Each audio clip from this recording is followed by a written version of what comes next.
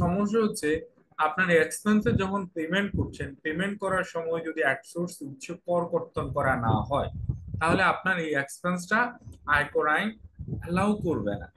তো এই যে কোন কোন ক্ষেত্রে আমাকে উচ্চ কর কর্তন করতে হবে, সেটা আমরা বেসিক্যালি আমাদের সেশন 5-এ আলোচনা করব।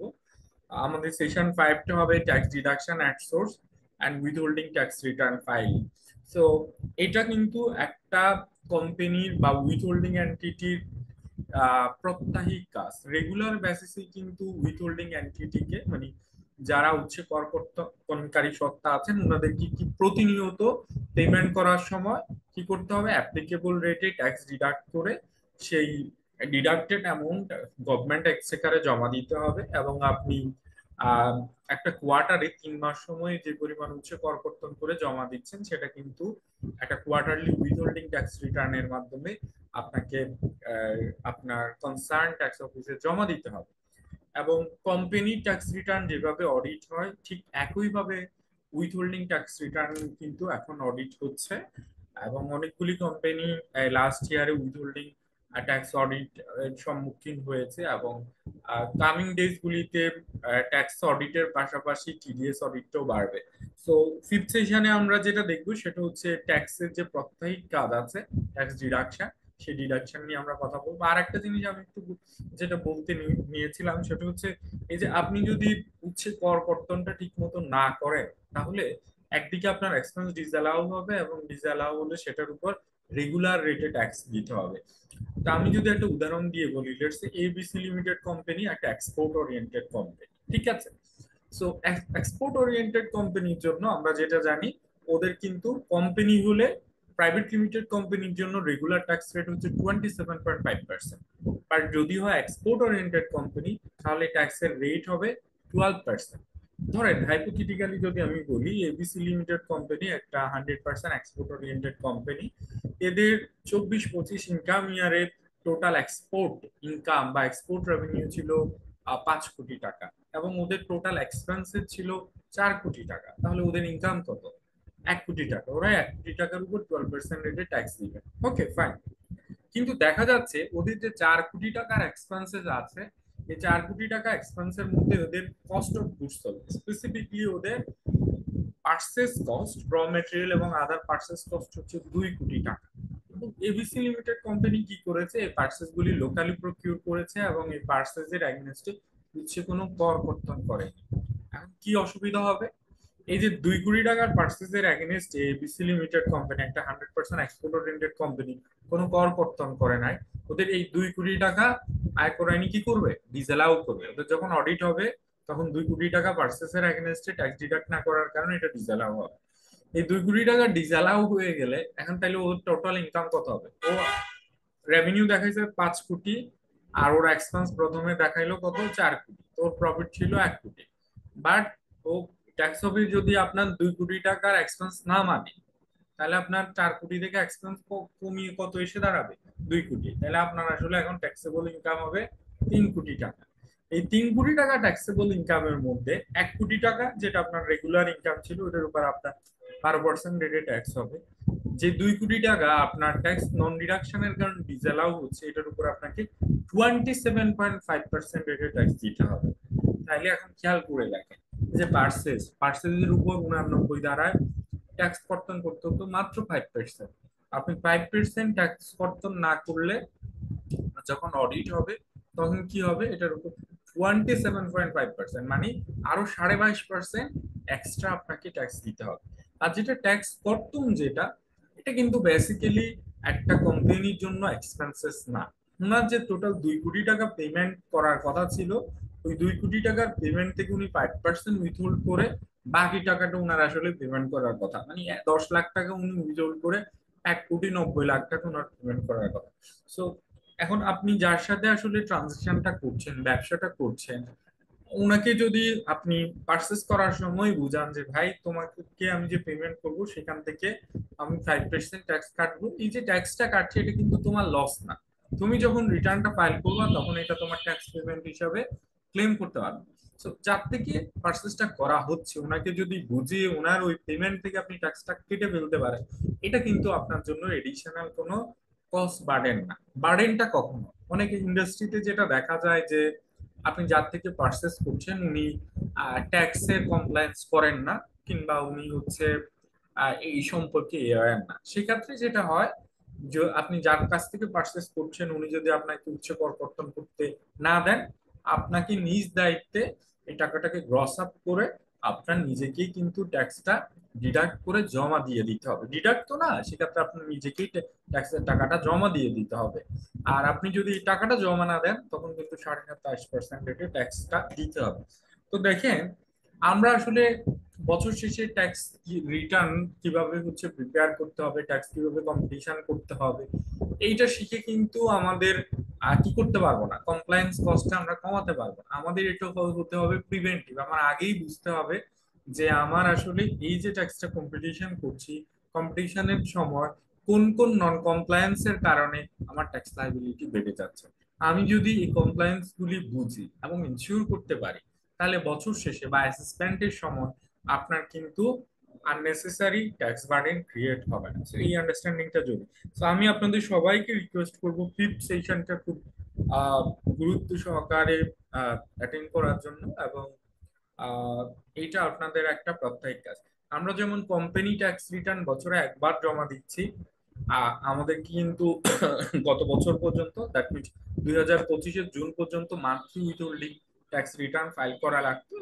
এই 2025-এর জুলাই অনওয়ার্ড থেকে যেটা করছে এনবিআর এই জায়গায় একটু ফ্লেক্সিবল হয়েছে, এখন বলেছে যে quarterly withholding tax return file করতে হবে। তো আমাদের ফিফথ সেশনের এই রেগুলার ট্যাক্স ডিডাকশনের পাশাপাশি চারটা কিন্তু আপনার কি করতে হবে, উইথহোল্ডিং ট্যাক্স রিটার্ন ফাইল করতে হবে। And very last session, session 6-এ আমরা যেটা আলোচনা করব সেটা হচ্ছে company tax assessment and other issue. So দেখেন, আমি সবসময় বলি যে একজন মুসলিম হিসাবে আমাদের জানা উচিত যে আসলে পরকাল বা হাসরের দিনে আমাদের বিচার কেমন হবে, তাই না?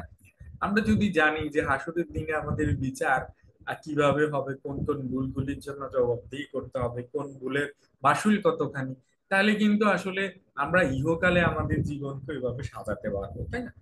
তো ঠিক তেমনি আমরা যে বছর শেষে ট্যাক্স রিটার্নটা ফাইল করে দিচ্ছি, এখানে কিন্তু শেষ না।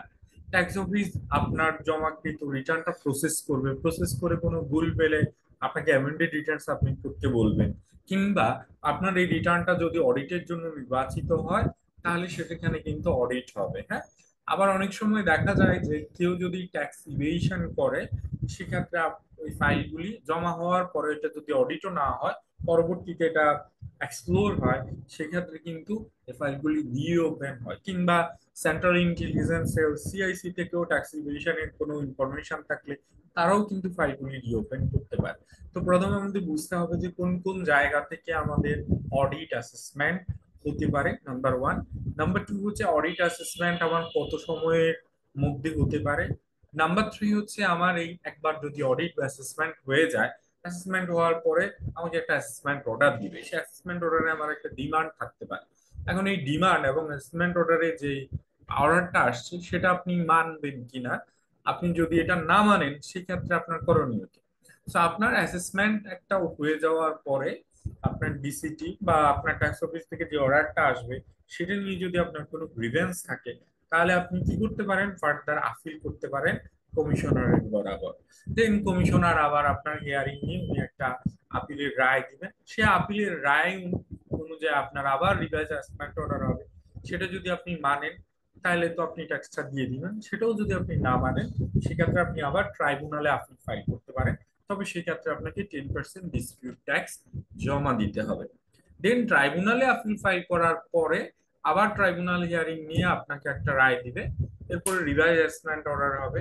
আপনি ট্রাইব্যুনাল আপিলটা যদি মানেন তাহলে মানলেন, আর যদি না মানেন লাস্ট হচ্ছে আপনি হাইকোর্টে বেসিক্যালি যেতে পারেন। তো আমাদের সিক্স সেশনটা হবে আসলে অ্যাসেসমেন্ট কিভাবে হয়, অ্যাসেসমেন্টে কি কি জিনিস দেখা হয়, অ্যাসেসমেন্টের নোটিশ পেলে আমরা ডকুমেন্টেশন কিভাবে করব, দেন অ্যাসেসমেন্ট অর্ডারটা পেলে এটার অ্যানালাইসিস করে আমাদের ওয়ে ফরওয়ার্ড কি হবে, এই জিনিসটা আমরা বেসিক্যালি সিক্স সেশনে আলোচনা করব।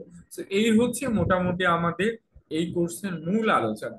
এই পর্যায়ে আমি একটু আপনাদের সাথে একটু কথা বলবো যে আহ, আপনাদের কোনো এক্সপেকটেশন আছে কিনা, বা আপনারা চান কিনা যে আমি অন্য কোনো ইস্যুতে এমফেসাইজ করব কিনা? হ্যাঁ, আপনারা কেউ একজন একটু আনমিউট করে আপনাদের যদি স্পেসিফিক আলাদা কোনো ওয়ান্টিং থাকে তাহলে সেটা বলতে পারেন, আমি অ্যাকর্ডিংলি ইনকর্পোরেট করবো। এনিওয়ান?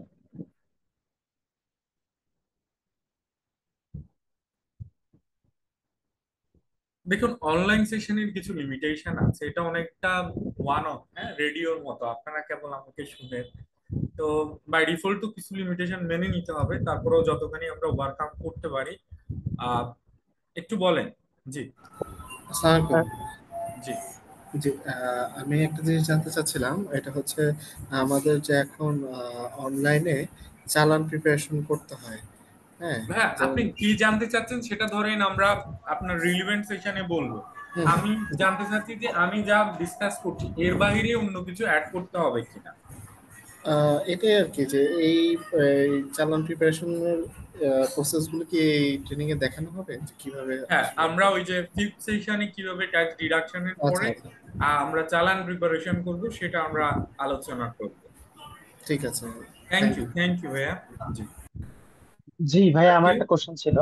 জি। জি, আমার একটা এক্সপেকটেশন সেটা হচ্ছে একটা হাইপোথেটিক্যাল ইনকাম করে অ্যাজাম্পশন করে এটার উপরে অ্যাডভান্স ট্যাক্স গুলো আমরা আসলে কিভাবে ডিপোজিট করতে পারি একটা কোম্পানি, ওভাবে যদি একটা এক্সাম্পল দিয়ে দেখাতে পারেন তো। Very good. অ্যাডভান্স ট্যাক্সের কম্পিটিশন কিভাবে করব সেটা নিয়ে আমরা আলোচনা করব। জি।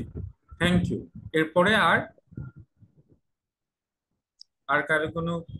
স্যার আসসালামু আমি স্যার। তো আমি তো হ্যালো, জি। জি। আমি তো আমি বলবো। জি। জি, বলুন বলুন। জি স্যার, আমি তো মনে হয় একটু পরে জয়েন করছিলাম আর কি, আমি প্রথম আচ্ছা। দিকে হয়তো ছিলাম না। তো আমার যেটা জানার বিষয় ছিল সেগুলো হচ্ছে, প্রথম দিকে হচ্ছে আমাদের ট্যাক্সের ল গুলা কিভাবে কাজ করে, সেটা হচ্ছে ট্যাক্সের ল তো চেঞ্জ হয়, তো সেগুলা মানে কিভাবে আজকে কি বলে আজকে সেশনে আমরা এটা নিয়ে কথা বলবো। হ্যাঁ, আজকে আমরা আচ্ছা আয়কর আইনের সাথে পরিচিত হব, ফান্ডামেন্টাল বিষয়গুলি নিয়ে কথা বলবো, এবং আপনারা জি স্যার। কিভাবে ট্যাক্স স্টাডি করবেন সেটা আমরা জি আজকে সেশনে আলোচনা করব। জি স্যার, এগুলো। ঠিক আছে। জি স্যার। জি, থ্যাংক ইউ। আর কেউ? আসসালামু আলাইকুম স্যার। জি, ওয়ালাইকুম আসসালাম। আচ্ছা, আমার যে এক্সপেকটেশনটা হচ্ছে যে ইন্ডিভিজুয়াল কোম্পানি এই চ্যাপ্টার গুলি মানে একটা অঙ্কর মাধ্যমে ফুল ইয়েগুলি বোঝানোর জন্য। আচ্ছা। আম, কম ইন্ডিভিজুয়ালটা আমি ঠিক এখানে ফুললি কভার করার সময় পাবো না, যেহেতু আমাদের 6টা সেশন, বাট কোম্পানি যেটা সেটা আমি আপনাদেরকে প্র্যাকটিক্যালি দেখাবো, অডিট রিপোর্ট থেকে কিভাবে ট্যাক্স কম্পিটিশন করবেন। তারপরে আপনি যেহেতু বলেছেন যতখানি সম্ভব আমি চেষ্টা করব। ঠিক আছে madam, thank you. Good evening ভাইয়া। জি। আমি আমি একটা জিনিস জানতে চাচ্ছিলাম, সেটা হলো ভ্যাট আর ট্যাক্সের সাথে রিলেশন এরকম কিছু আমাদেরকে কি শেয়ার করা যায় কিনা? সরি? ভ্যাটের সাথে ইনকাম ট্যাক্স, এই দুইটার সাথে রিলেটেড কিছু আমাদের সাথে শেয়ার করা যায় কিনা ভ্যাট? অন্যরা কেউ? ভাইয়া, আমি খুবই দুঃখিত, আমি বুঝতে পারছি না আমার মাইক্রোফোনের কোনো ইস্যু আছে কিনা, আপনার সাউন্ডটা খুব আস্তে আসছে। আপনি আমাকে একটু ওয়ান টু ওয়ান নক করেন, আপনি কি জানতে চাচ্ছেন, তাহলে আমি সেটা আমি সেশনের শেষে আমার নাম্বার দিয়ে দিব, তাহলে আমার যদি পসিবল হয় ওইটা আমি অ্যাকোমোডেট করব। তো ঠিক আছে, আমি মোটামুটি বুঝতে পেরেছি আপনারা কি বলতে চাচ্ছেন। আজকের সেশনে আমাদের আবার কোশ্চেন অ্যান্সার সেশন, এটা নিয়ে আমরা আবার ডিসকাস করব। তো এই পর্যায়ে আমি আপনাদেরকে একটু রিকোয়েস্ট করব, যেহেতু আমরা অনলাইনে সেশনটা করছি, অনলাইন ট্রেনিং এর শুরুতেই বলেছি লিমিটেশন আছে, আমরা একটু ডেকোরাম গুলি একটু মেনে চলবো। আমাদের মাইক্রোফোন গুলি আমরা সবাই মিউট রাখবো, নাম্বার ওয়ান। নাম্বার টু, আমাদের ভিডিও গুলি আমরা বন্ধ রাখবো, অনেক সময় বাসায় থাকার কারণে হয়তো আমাদের ভিডিও অনেকভাবে আসতে পারে। তো আমি সবাইকে রিকোয়েস্ট করবো আপনাদের ভিডিও গুলি স্পেসিফিকলি বন্ধ রাখবেন এবং মাইক্রোফোন গুলি মিউট রাখবেন। আমি যখন টেকনিক্যাল সেশনটা নিচ্ছি তখন কোশ্চেন না করার জন্য আমি একটু আপনাদেরকে এনকারেজ করব, কারণ আপনি কোশ্চেন তো অবশ্যই আসবে, সেটা খুব স্বাভাবিক। তাহলে যেটা হয় যে আমার ডেলিভারি ফ্লোটা আসলে একটু ডিস্টার্ব হয়, সেক্ষেত্রে আমরা হয়তো কাঙ্ক্ষিত সময়ে আমাদের সেশন শেষ করতে পারবো না। আমাদের প্রতিটা সেশনের শেষে কোশ্চেন অ্যান্সার সেশন থাকবে। সো আপনাদের যে কয়টা কোশ্চেন থাকবে আমি একটু রিকোয়েস্ট করবো আপনারা নোট নেবেন। কোশ্চেন আনসার সেকশনে আমরা ওই বিষয়গুলি নিয়ে আলোচনা করব। তো থ্যাংক ইউ। আমরা তাহলে আজকের সেশনটা আমরা শুরু করছি। আজকে বেসিক্যালি আচ্ছা, তার আগে একটু বলছি, আমাকে কি এমনিতে ক্লিয়ারলি শোনা যাচ্ছে? কোনো নয়েজ পলিউশন অথবা এনি আদার ইস্যুস? একজন একটু কাইন্ডলি রেসপন্স করবেন। জি, শোনা যাচ্ছে।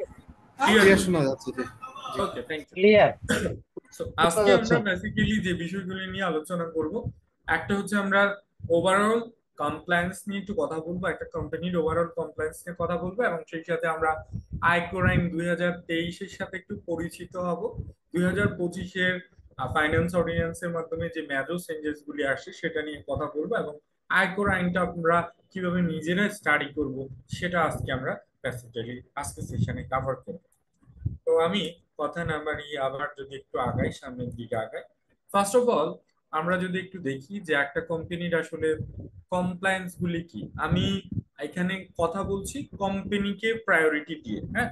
তো যদি আমি কোম্পানির কথা বলি, একটা কোম্পানির এনুয়াল যে কমপ্লায়েন্সেস গুলি আছে সেটাকে আমি দুভাগে ভাগ করতে পারি। একটা হচ্ছে ফিসক্যাল কমপ্লায়েন্স, আর একটা হচ্ছে আদার কমপ্লায়েন্সেস।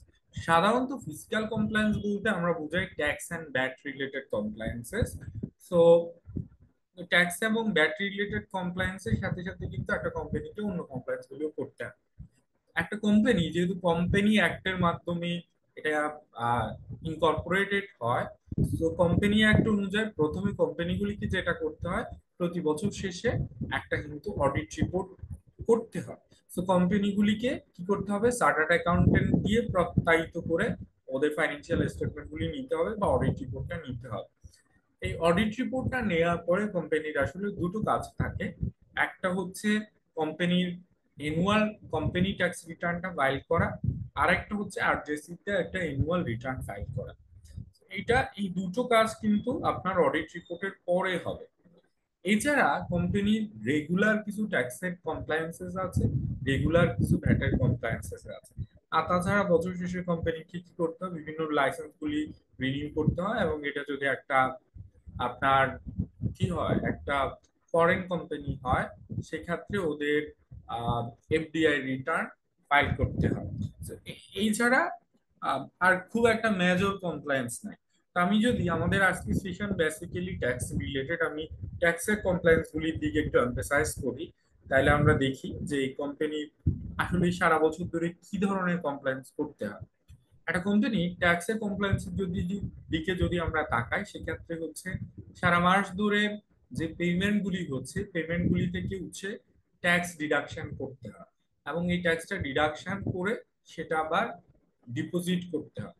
তো আপনি সারা মাস ধরে যতগুলি পেমেন্ট করছেন, পেমেন্ট করার সাথে সাথেও আপনি ওই পেমেন্ট থেকে যে ট্যাক্সটা উইথহোল্ড করেছেন সেটা জমা দিয়ে দিতে পারেন। আর যদি আপনি পেমেন্টের সাথে সাথে জমা না দেন, তাহলে আপনি কি করতে পারেন, সারা বছর ধরে সারা মাস ধরে যে পেমেন্টটা করছেন সেটা পরবর্তী মাসের 2 উইকস এর মধ্যে আপনাকে কি করতে হবে, গভর্নমেন্ট এক্সচেকারে জমা দিতে হবে।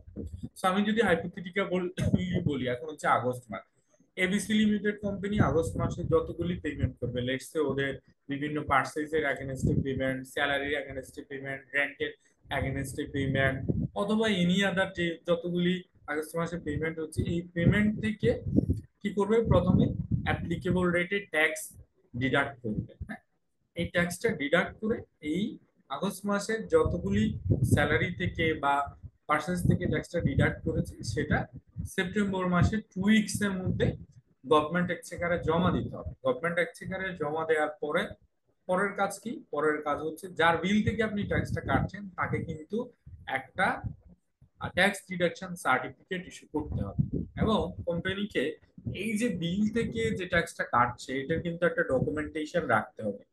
আমি একটু আগে আপনাদেরকে বলেছি, যখন এই কোম্পানির অডিট হবে তখন কিন্তু অডিট রিপোর্ট ধরে ধরে ট্যাক্স অফিস দেখবে যে প্রত্যেকটা এক্সপেন্স বা প্রত্যেকটা হেড অফ অ্যাকাউন্টস এর এগেনস্টে উৎসে কর্তন করে সেটা গভর্নমেন্ট এক্সচেকারে চালানের মাধ্যমে জমা দেওয়া হয়েছে কিনা। তো এখানে প্র্যাকটিক্যাল সমস্যা হচ্ছে, আমরা আসলে যে উৎসে কর্তন করি সেটা করি কিন্তু একটা ভেন্ডরের নামে, তাই না?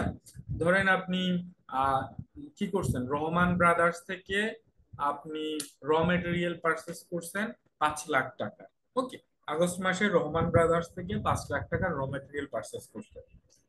এই যে আপনি কর কর্তন করছেন বা আপনি পার্টিকে পেমেন্ট করছেন, কিন্তু রহমান ব্রাদার্সকে পেমেন্ট করছেন আহ কথার কথা 5 লাখ টাকা। এই 5 লাখ টাকা পেমেন্ট করার সময়, এটা যেহেতু একটা সাপ্লাইর এগেনস্টে পেমেন্ট করার সময় 89 ধারায় 5% ট্যাক্স কাটতে হবে। তাহলে এই 5 লাখ থেকে 5% ট্যাক্স কাটলে সেটা আসবে কত, আপনার 25,000 টাকা। তো 25,000 টাকা ট্যাক্স কেটে রহমান ব্রাদার্সকে আপনি 4,75,000 টাকা পেমেন্ট করবেন। এই যে 25,000 টাকা আপনি রহমান ব্রাদার্স থেকে উচ্চ কর কর্তন করছেন, আপনার কিন্তু এই চালানে আপনি ওভারলিপে লিখেছেন রহমান ব্রাদার্স, বাট আপনার দিন শেষে যখন অ্যাকাউন্টসটা বানাচ্ছেন সেখানে কোথাও রহমান ব্রাদার্স লিখছেন না। আপনি লিখছেন যে এই রহমান ব্রাদার্স কে যেটা পেমেন্ট করছেন সেটা কোন হেডের পেমেন্ট ছিল। এটা একটা পার্সেজের পেমেন্ট, এটা আপনার ধরেন সিওজিএস এ টোটাল পার্সেজের এগেইনস্টে চলে গেছে। তাইলে একটা টেকনিক্যাল সমস্যা রয়ে যাচ্ছে, আমার চালান হচ্ছে পার্টির নামে, আর আমার যখন অ্যাকাউন্টসটা প্রিপেয়ার হয় সেখানে কিন্তু পার্টির নাম থাকে না, একটা এক্সপেন্সের অথবা অন্য একটা অ্যাকাউন্টস হেড থাকে। তাহলে আমাদের কি কি করতে হবে, এই যে আমি রহমান ব্রাদার্স কে যে পেমেন্টটা করছি এটা আসলে কোন হেডের পেমেন্ট সেটা আমাকে মেনশন করে এটা আমার ডকুমেন্টেশন রাখতে হবে। তো আপনি ওই মাস শেষে প্রথমে কি করবেন, রহমান ব্রাদার্স এর বিল থেকে আপনি ট্যাক্স ডিডাক্ট করবেন, এটা ট্রেজারি করবেন, ট্রেজারি করার পরে আপনি সেপারেট আবার এটাকে উঠাবেন যে এই যে ট্রেজারি চালানটা হলো এটা পার্সেজের এগেনস্টে হয়েছে। তাহলে পার্সেজের এগেনস্টে প্রথম ট্যাক্স ডিডাকশন 25,000 টাকা, এই চালানটা এত তারিখে করা এবং এই চালানের নাম্বার এত, এটা এই ব্যাংকে এই ব্রাঞ্চে জমা। এইভাবে যদি আপনি ডকুমেন্টেশন করেন, পরবর্তীতে যখন এবিসি লিমিটেড কোম্পানির অডিটটা হবে, অডিটে ধরেন ওইখানে দেয়া আছে টোটাল পার্সেস হচ্ছে 2 কোটি টাকা, ট্যাক্স অফিস বলবে এই টোটাল পার্সেসের এগেনস্টে 2 কোটি টাকা আর যে পার্সেস এটার এগেনস্টে তোমার 10 লাখ টাকা টিডিএস হয়েছে, সেই চালান নিয়ে আসো। তা আপনি যদি আগেই যদি এগুলি মিলিয়ে না রাখেন যে কোন চালানটা কোন হেডের এগেনস্টে, পরবর্তীতে কিন্তু আপনি ঝামেলার সম্মুখীন হবেন। সো আপনার ডিডাকশন করে এটা এই চালান বানানোর পরবর্তী কাজ হচ্ছে আপনার সাথে সাথে একটা ডকুমেন্টেশন করে ফেলা। আচ্ছা, থার্ড ইস্যু হচ্ছে এই যে ট্যাক্স ডিডাকশন আপনি যেটা করছেন, ট্যাক্স ডিডাকশন করে চালান জমা দেওয়ার পরেই কাজ কিন্তু শেষ না। আগে এটা monthly withholding tax return file করতে হতো, এখন আপনাকে quarterly withholding tax return file করতে হচ্ছে। তার মানে প্রথম হচ্ছে জুলাই আগস্ট সেপ্টেম্বরের জন্য, এই 3 কোয়ার্টারের জন্য আপনি প্রথম যে রিটার্নটা সেটা কবে ফাইল করবেন, জুলাই আগস্ট সেপ্টেম্বর অক্টোবরের মধ্যে আপনাকে করতে হবে। আবার অক্টোবর নভেম্বর ডিসেম্বরটা জানুয়ারি, অ্যাকর্ডিংলি আপনি 3 মাস পর পর আপনার কোয়ার্টারলি উইথহোল্ডিং ট্যাক্স রিটার্নটা ফাইল করবেন।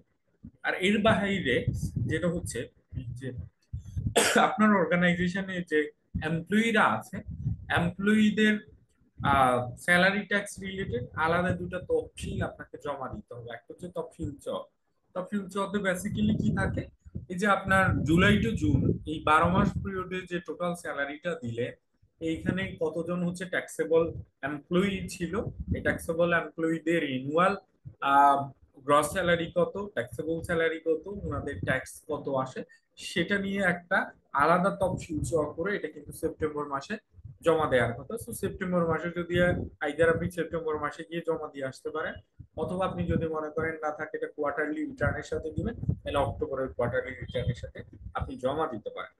আরেকটা বিষয় হচ্ছে তফসিল ছ, এটা যেটা এটা হচ্ছে আপনার অর্গানাইজেশনে এমপ্লয়িরা যে রিটার্নটা ফাইল করছে, এই রিটার্ন ফাইলের ইনফরমেশন নিয়ে এপ্রিল মাসে আরেকটা, এপ্রিলে যে উইথহোল্ডিং ট্যাক্স রিটার্ন দিবেন এই এপ্রিলের উইথহোল্ডিং ট্যাক্স রিটার্নের সাথে আপনাকে আরেকটা এডিশনাল তফসিল বা শিডিউল জমা দিতে হবে।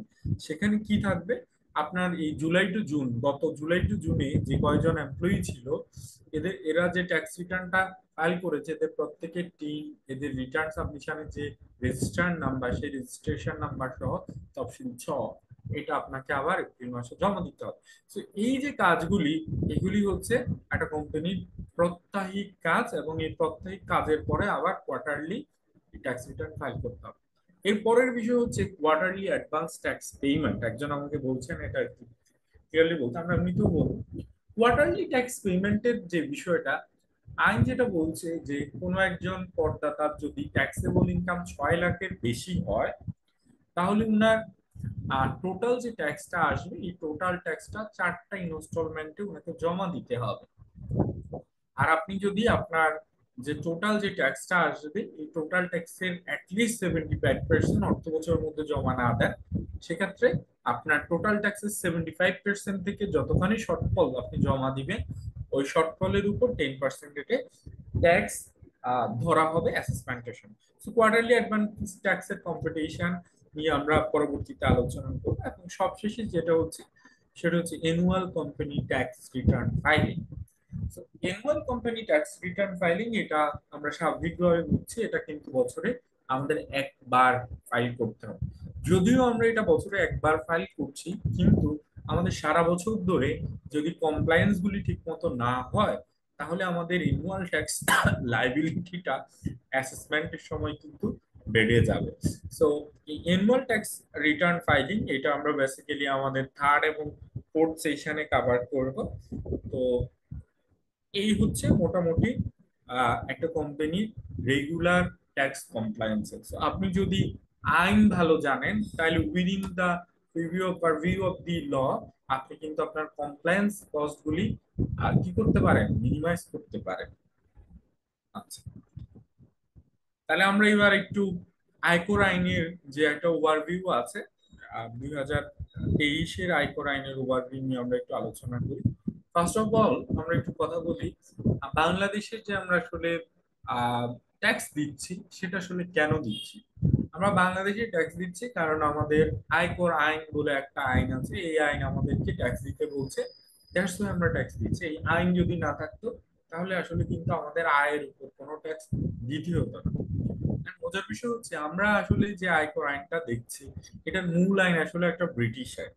একদম প্রথম বাংলাদেশে আয়কর আইনটা আসে ইনকাম ট্যাক্স অ্যাক্ট 1922, একদম ব্রিটিশ পিরিয়ড, মানে দেশভাগেরও আগে, 47-এর আগে প্রথম ইনকাম ট্যাক্স অ্যাক্ট 1922। দেশ স্বাধীন হওয়ার পরে 71-এর পরে এটাকে অ্যাডাপ্ট করে আমরা বাংলাদেশের নামে রেখেছি। Letter on income tax ordinance 1984 এটা আসে, সেখানে প্রথম বাংলাদেশের জন্য একটা ইনকাম ট্যাক্স অর্ডিন্যান্স হয়। এই ইনকাম ট্যাক্স অর্ডিন্যান্স 1984 এটা ইংলিশে ছিল। সর্বশেষ আমরা 2023-এর 22শে জুন বাংলা ভাষায় আমরা আমাদের আয়কর আইন 2023 পাই। আয়কর আইনটা খুব তাড়াহুড়ার মধ্যেই এই আইনটা পাস হয়। শুরুতে আইনের কিছু দিক ছিল, পরবর্তীতে মানে অস্পষ্টতা ছিল, পরবর্তীতে এই আইনটা এখন কিন্তু মোটামুটি বেশ ক্লিয়ার একটা আইন চলে আসে। তো আমরা এই মুহূর্তে ট্যাক্সের যে কমপ্লায়েন্সটা করছি সেটা কিন্তু আয়কর আইন 2023 অনুযায়ী কমপ্লায়েন্স করছি। এখানে আমি আপনাদেরকে একটু বলে রাখি, যদি আপনাদের একটা কোম্পানি যেটার বয়স হচ্ছে 10 বছর, ধরেন এটা 5 বছরের, গত 5 বছরের অডিট হচ্ছে, 5 বছর কবে, ধরেন আপনার 2020 সাল থেকে শুরু করে, মানে আপনার ইনকাম ইয়ার 19-20, 20-21, 21-22, 23-24, 24-25, এই 5 বছরের ধরেন আপনার যদি অডিট হয়, এই 5 বছর অডিটের ক্ষেত্রে যেটা হবে 2023-এর 22শে জুনের আগে যে অ্যাসেসমেন্ট গুলি হবে সেটা হবে ইনকাম ট্যাক্স অর্ডিন্যান্স 1984 অনুযায়ী। আর 2023-এর 22শে জুনের পরে যে অ্যাসেসমেন্ট গুলি হবে সেটা কিন্তু হবে আপনার আয়কর আইন 2023 অনুযায়ী। বাট অর্ডারে সমস্ত রেফারেন্স আয়কর আইন 2023-এরই লিখবে। ধরেন আপনার যদি 2020-21 সালে একটা ফাইলের এই মুহূর্তে অডিট হয়, 2020-21 সালে আসলে আয়কর আইন 2023 ছিল না, তখন আয়কর আইন কোনটা ছিল, ইনকাম ট্যাক্স অর্ডিন্যান্স 1984। তো আপনার ইনকাম ইয়ার 20-21-এর যদি এই মুহূর্তে আপনার অ্যাসেসমেন্ট হয়, সেক্ষেত্রে কিন্তু ওনারা ইনকাম ট্যাক্স অর্ডিন্যান্স 1984 অনুযায়ী অ্যাসেসমেন্টটা করবে। বাট অর্ডার লিখার সময় হয়তো উনি রেফারেন্স হিসেবে আয়কর আইন 2023-এর রেফারেন্স গুলি রাখবে। আর যদি আপনার এই মুহূর্তে এখন 23-24 ইনকাম ইয়ারের কোনো অ্যাসেসমেন্ট হয়, তখন কিন্তু আপনার ইনকাম ট্যাক্স অর্ডিন্যান্স 1984 না, সেক্ষেত্রে আয়কর আইন 2023 অনুযায়ী আপনার অর্ডিন্যান্স হবে। আমাদের আয়কর আইন এই মুহূর্তে আমরা যারা আয়কর আইন নিয়ে পড়াশোনা করছি তারা কিন্তু মূলত যেটা দেখবো সেটা হচ্ছে আয়কর আইন 2023। এখন আসি আমরা আয়কর আইন নিয়ে পড়তে হলে কি কি জিনিস আমাদের দেখতে হবে। দেখেন, বিং আ মুসলিম আমাদের কিন্তু মূল জিনিস, মূল ধর্মগ্রন্থ হচ্ছে কুরআন। বাট পুরো কোরআন দিয়ে আমরা কিন্তু আমাদের লাইফ লিড, হ্যাঁ কোরআনের আলোকেই হয়, বাট কোরআনের পাশাপাশি এটার অনেকগুলি সাপোর্টিং জিনিস আছে। কি আছে? ধরেন হাদিস আছে, নবীদের জীবনী আছে, তাই না? ঠিক তেমনি আয়কর আইনেরও মূল বিষয় হচ্ছে ইনকাম ট্যাক্স অ্যাক্ট 2023। বাট এই আইনটা যেটা হয়, কোরআন যদিও একটা জায়গায় কমপ্লিট, আমাদের আয়কর আইনটা এটা আসলে সরি আমার অভিভাবক কম্পেয়ার করা কখনোই ঠিক না, তারপরে জাস্ট বুঝার খাতিরে বলছি। আয়কর আইনের মূল ভিত্তি হচ্ছে ইনকাম ট্যাক্স অ্যাক্ট 2023। এটা প্রথম আসছে 2023-এর 22শে জুন, এবং পরবর্তীতে প্রতি বছরই কিন্তু আমাদের আয়কর আইনের পরিবর্তন আসে। এই পরিবর্তন কিন্তু অবশ্যই ন্যাশনাল পার্লামেন্টে পাশ হয়ে আসতে হয়। এই জন্য আয়কর আইনের যদি কোনো পরিবর্তন করতে হয় সেটা হয় থ্রু ফাইন্যান্স অ্যাক্ট। এই জন্য দেখবেন প্রতি বছর জুন মাসের পত্রিকা খুললে দেখা যায় যে এই জিনিসের দাম বেড়ে যাচ্ছে, এই জিনিসের দাম কমে যাচ্ছে, কারণ জুন মাসে এসে পার্লামেন্টে পাস হয় এই ট্যাক্স রেট বাড়ছে, এই ট্যাক্স রেট কমছে, বা আয়কর আইনের অন্য যে পরিবর্তনগুলি সেটা কিন্তু আসলে ওই পার্লামেন্টে পাস হওয়ার পরে আসে। তো এই আমাদের অরিজিনাল যে ইনকাম ট্যাক্স অ্যাক্ট যেটা 23-এ আসছে, সেটা কিন্তু এখন গত 2 বছরে এটা চেঞ্জ হয়েছে। 23-এর পরে 24-এ একবার এটা চেঞ্জ হয়েছে, আবার 25-এর অর্ডিন্যান্সে এটা আবার কিন্তু চেঞ্জ হয়েছে। আয়কর আইনের কোনো চেঞ্জ করতে হলে সেটা অবশ্যই ফাইন্যান্স অ্যাক্টের মাধ্যমে করতে হয়। এই জন্য আপনারা যখন আইন নিয়ে পড়বেন তখন আইনের পাশাপাশি ফাইন্যান্স অ্যাক্ট নিয়েও পড়বেন। এবং মজার বিষয় হচ্ছে ফাইন্যান্স অ্যাক্ট আসার পরে এই ফাইন্যান্স অ্যাক্টের মেজর চেঞ্জ গুলি কি আসছে সেটা নিয়ে কিন্তু এনবিআর একটা পরিপত্র পাবলিশ করে। আপনারা অনেকেই দেখেছেন যে গতকালকে এনবিআর এই পরিপত্রটা পাবলিশ করেছে। তো আপনারা আয়কর আইন নিয়ে পড়ার জন্য কি করবেন, ইনকাম ট্যাক্স অ্যাক্টটা দেখবেন, ফাইন্যান্স অ্যাক্ট দেখবেন, এবং ফাইন্যান্স অ্যাক্টের কি চেঞ্জ হয়েছে সেটা একদম আরো ইজিলি বুঝার জন্য, উদাহরণ সহ বুঝার জন্য পরিপত্রটা আপনারা পড়বেন।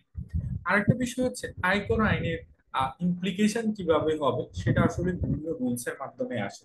আমাদের নতুন যে আয়কর আইন সেটার জন্য ফুল ফ্লেজ এখনো কোনো রুল আসে নাই, যেটা পুরনো আইনে ছিল। এই মুহূর্তে একটাই রুলস আছে, সেটা হচ্ছে এসআরও, হ্যাঁ ওই যে এই সরি ট্যাক্স ডিডাকশন এট সোর্স, উৎস প্রবর্তনের একটা বিধি আছে। তো আমাদের আয়কর আইনের পাশাপাশি আমাদেরকে যদি কোনো স্পেসিফিক আইনের প্রভিশন নিয়ে কোনো বিধি থাকে, মানে ওইটা কিভাবে আমরা প্রয়োগ করব, তাইলে ওই বিধিটাও আমাদের দেখতে হবে। তারপরে আসি সারা বছর ধরে এনবিআর কিন্তু বিভিন্ন সার্কুলার দেয়। আয়কর আইন বছরে একবারই চেঞ্জ হয় ফাইন্যান্স অ্যাক্টে, আর সারা বছর ধরে এনবিআর এর যদি কোনো পরিবর্তন বা স্পেসিফিক ডিরেকশন দেওয়ার দরকার হয় সেটা কিন্তু এনবিআর দেয়। এছাড়াও স্ট্যাটিউটরি রেগুলেটরি অর্ডার অথবা জেনারেল অর্ডার অথবা স্পেশাল অর্ডারের মাধ্যমে এনবিআর কিন্তু এই অর্ডারগুলি দেয়। যেমন আপনারা যদি দেখেন কয়েকদিন আগে একটা বিশেষ আদেশ আসছে যে 5 শ্রেণীর করদাতা ছাড়া এখন সবাইকে কি করতে হবে, 5 শ্রেণীর ব্যক্তিবর্গ ছাড়া আর বাকি সমস্ত ব্যক্তি শ্রেণীর করদাতাদেরকে অনলাইনে রিটার্ন ফাইল করতে হবে। এটা কিন্তু ফাইন্যান্স অ্যাক্টের মাধ্যমে আসেনি, এটা এনবিআর আলাদা করে এই অর্ডারটা পাস করেছে। NBR national board of revenue tax related যে সার্কুলার গুলি দেয় এটা সাধারণত এসআরও, জেনারেল অর্ডার কিংবা স্পেশাল অর্ডার মাধ্যমে দেয়। আর অরিজিনাল আয়কর আইন চেঞ্জ হলে সেটা কিন্তু ফাইন্যান্স অ্যাক্টের মাধ্যমে চেঞ্জ হয়। ভেরি লাস্টলি হচ্ছে আইন সবসময় দুর্বোধ্য, আইন জটিল এবং আইনের অনেক ফাঁকফোকর আছে। তো যে জায়গায় আইনের ক্ল্যারিটি নেই, হ্যাঁ ডাইলেমা আছে, সেখানে কিন্তু অনেকগুলি হাইকোর্টের ভার্ডিক্ট আছে। তো যেখানে আইন অস্পষ্ট এবং ওই অস্পষ্টতা নিয়ে হাইকোর্টের স্পেসিফিক ভার্ডিক্ট আছে, সেখানে হাইকোর্টের এই ভার্ডিক্টটাও আমাদের source of income tax act হিসাবে কাজ করবে।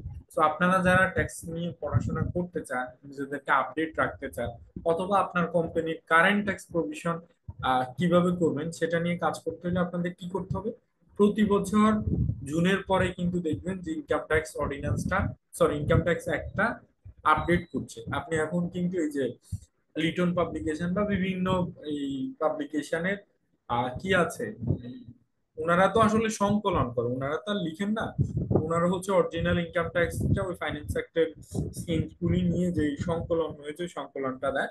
তো আপনারা কিন্তু প্রতি বছর কি করবেন, এই যে জুনটা শেষ হয়ে গেলে সংকলিত আপডেটেড ইনকাম ট্যাক্স অ্যাক্টটা নেবেন। সেই সাথে আপনারা নিজেদের সেলফ স্টাডির জন্য আপনারা ওই ফাইন্যান্স অর্ডিন্যান্স পরিপত্রটা পড়বেন।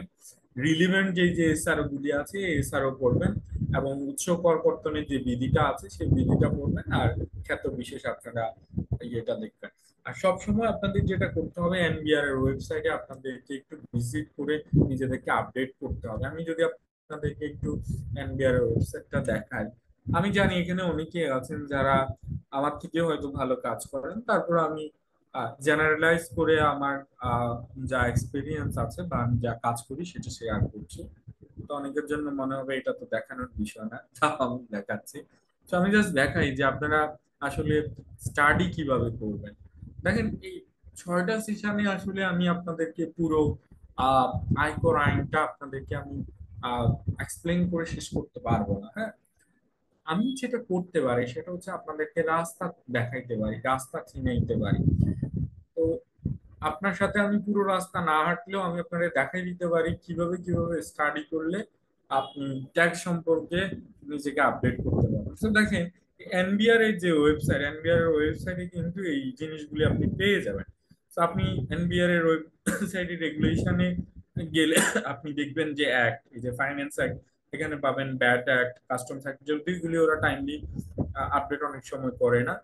রুলস গুলি আপনারা পাবেন, ইনকাম ট্যাক্সের যে রিলিভেন্ট রুলস আছে, এছাড়াও এই যে এসআরও গুলি আছে, ইনকাম ট্যাক্সের যে এসআরও গুলি আসছে বা জেনারেল অর্ডার, এখান থেকে আপনারা কিন্তু দেখতে পারেন। বা একইভাবে এনবিআর এর যে পাবলিকেশন গুলি আছে, এই পাবলিকেশন যেমন এই যে ইনকাম ট্যাক্সের এই যে আপনার পরিপত্র বা আদার্স বিষয়গুলি কিন্তু এগুলি পাবলিকেশনে চলে আসে। তো আপনারা এখান থেকে এই বিষয়গুলি আপনারা নিজেরা সবসময় কিন্তু আপনাদের ওই অরিজিনাল আইন পড়ার পাশাপাশি একটু দেখতে হবে নতুন কোনো এসআরও আসছে কিনা, এবং এসআরও কি চেঞ্জেস গুলি আসছে সেটা আপনারা দেখতে পারেন। এবং সোশ্যাল মিডিয়া এখন অনেকগুলি অ্যাক্টিভ গ্রুপ আছে ট্যাক্স ব্যাট রিলেটেড, আপনারা ওই সমস্ত গ্রুপে একটু জয়েন হলে যে আপডেট গুলি আছে, আপডেট আসলে আপনারা জানতে পারবেন, এইভাবে আসলে নিজেদেরকে ডেভেলপ এবং আপডেট আপনারা রাখতে পারেন। তো যাই হোক, এই পর্যায়ে আমি আপনাদেরকে এই যে অরিজিনাল আয়কর আইন যেটা আছে, আয়কর আইন 2023, সেটার সাথে একটু পরিচয় করিয়ে দেই। আমাদের যে অরিজিনাল আয়কর আইন আছে, এটা আসলে 25টা অংশে বিভক্ত, এবং এখানে 8টা তফসিল আছে, এবং প্রত্যেকটা অংশের অনেকগুলি করে অধ্যায় আছে, এবং পুরো আইনে 345টা সেকশন আছে। তো আমি এটা দেখানোর একটা উদ্দেশ্য হচ্ছে, দেখেন আয়কর আইনের যে 345টা সেকশন, 25টা অংশ, এটা কিন্তু আসলে আপনার মুখস্থ করার কোনো দরকার নেই। আপনার যেটা জানা দরকার সেটা হচ্ছে আয়কর আইনের কোথায় গেলে আমি কোন জিনিসটা খুঁজে পাবো, সেটা জানাটা আসলে বেশি প্রয়োজন। আইন এমনিতেই জটিল জিনিস, এবং শুধু আইন পড়লে একটা অসুবিধা হচ্ছে কি, এক্সাম্পল না হলে আইনের অ্যাপ্লিকেশন কিভাবে হয় সেটা অনেক সময় কানেক্ট করা যায় না। তারপরেও আমাদের একটা বড় ধরনের অসুবিধা হচ্ছে, আসলে আমরা কোন জিনিস কোথায় গেলে খুঁজলে পাবো সেটা আমরা জানি না। আমি সবসময় মজা করে বলি, আমার সেশনে একবার আইনস্টাইনকে জিজ্ঞাসা করা হয়েছে যে পৃথিবী থেকে সূর্যের দূরত্ব কত, উনি বলছেন আমি জানি না। বলে আপনি এত বড় বিজ্ঞানী, আপনি জানেন না পৃথিবী থেকে সূর্যের দূরত্ব কত? উনি বললেন যে এই জিনিস রেফারেন্স বই খুঁজে বের করে বলে দেয়া যায়, সেটা কেন মুখস্থ করে আমি আমার ব্রেনের মেমোরি সেল নষ্ট করব? তো এটা ধরেন নিছক মনে হইতে পারে তাইলে তো কোনো কিছু এভাবে মুখস্থ করার দরকার নেই, বাট না, এখানে একটা বড় গ্যাপ আছে। গ্যাপ হচ্ছে আইনস্টাইন এবং আমাদের মধ্যে তফাৎ আছে। কি তফাৎ? আইনস্টাইন জানে কোন বই কোন অধ্যায় গেলে পৃথিবী থেকে সূর্যের দূরত্ব কত, এটা খুঁজে পাওয়া যাবে। আমরা কিন্তু আসলে এটা জানি না যে কোন বইতে গেলে আমি খুঁজে পাবো পৃথিবী থেকে সূর্যের দূরত্ব। স্পেসিফিক জিনিসটা আসলে আইন মুখস্থ করতে হবে না, কিন্তু আইনের কোন জায়গায় হাত দিলে এই জিনিসটা পাওয়া যাবে এইটা জানা আসলে খুব জরুরি। তো এই জন্য আমি আপনাদেরকে একটু পরিচয় করাই দিব আয়কর আইনটা আমি কিভাবে স্টাডি করব, এই আইনের কোন অংশে গিয়ে আমি কি জিনিস খুঁজে পাবো।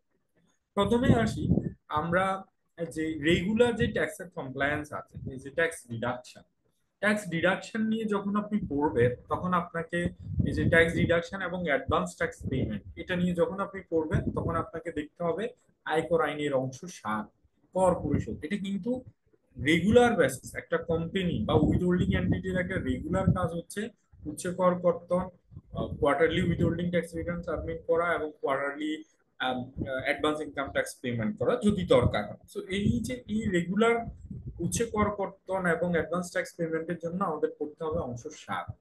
আর এটার সাথে ওই যে যেটা বললাম উচ্চ কর প্রত্যয়নের যে বিধি, ওই বিধিটা আপনাকে পড়তে হবে। আইনের সাথে একটা এডিশনাল বিধি আপনার পড়তে হবে। বাপন ব্যাপারীর যে বইটা আছে, ওনাদের বইতে ওনারা একটা সুন্দর জিনিস করছে। ওনারা ওই যে আয়কর আইন এবং রিলেটেড এসআরও কিংবা হচ্ছে রুলস গুলি সাথে সাথে দিয়েছে, মানে একসাথে যদি পড়তে চান তাহলে আপনারা ওই বইটাও বেসিক্যালি দেখতে পারেন বাপন ব্যাপারী। এছাড়া যে কোনো একটা টেক্সটের সংকলন কিনলে হয়। এখন সবগুলি সংকলনে আপনার অরিজিনাল আইন এবং আইনের সাথে রিলিভেন্ট এসআরও দিয়ে দেওয়া আছে। আচ্ছা, রেগুলার কাজ হচ্ছে এটা। আর এরপরে আসি আমি ওয়ান অফ কাজ হচ্ছে বছর শেষে আপনাকে কি করতে হবে, ওই কোম্পানি বা এন্টিটি ট্যাক্স রিটার্ন পেমেন্ট করতে হবে। বছর শেষে ট্যাক্স রিটার্ন পেমেন্ট করতে হলে আমাদের আগে বের করতে হবে যে আমার টোটাল, যে আপনার যে টোটাল গ্রস ইনকাম বা যে নেট ইনকাম আছে, বাট প্রফিট বিফোর ট্যাক্স আছে, ওই প্রফিট বিফোর ট্যাক্স এর উপর ডিরেক্টলি কিন্তু আমি ট্যাক্স বের করতে পারবো না। কেন পারবো না? কারণ আমার আয়কর আইনে কিছু এক্সপেন্স কে বলছে এটা ও ইনঅ্যাডমিসিবল, কিছু এক্সপেন্স বলছে এটা পার্শিয়ালি অ্যাডমিসিবল। তাহলে আমাকে কিন্তু এখানে অ্যাডজাস্ট করতে হবে, হ্যাঁ।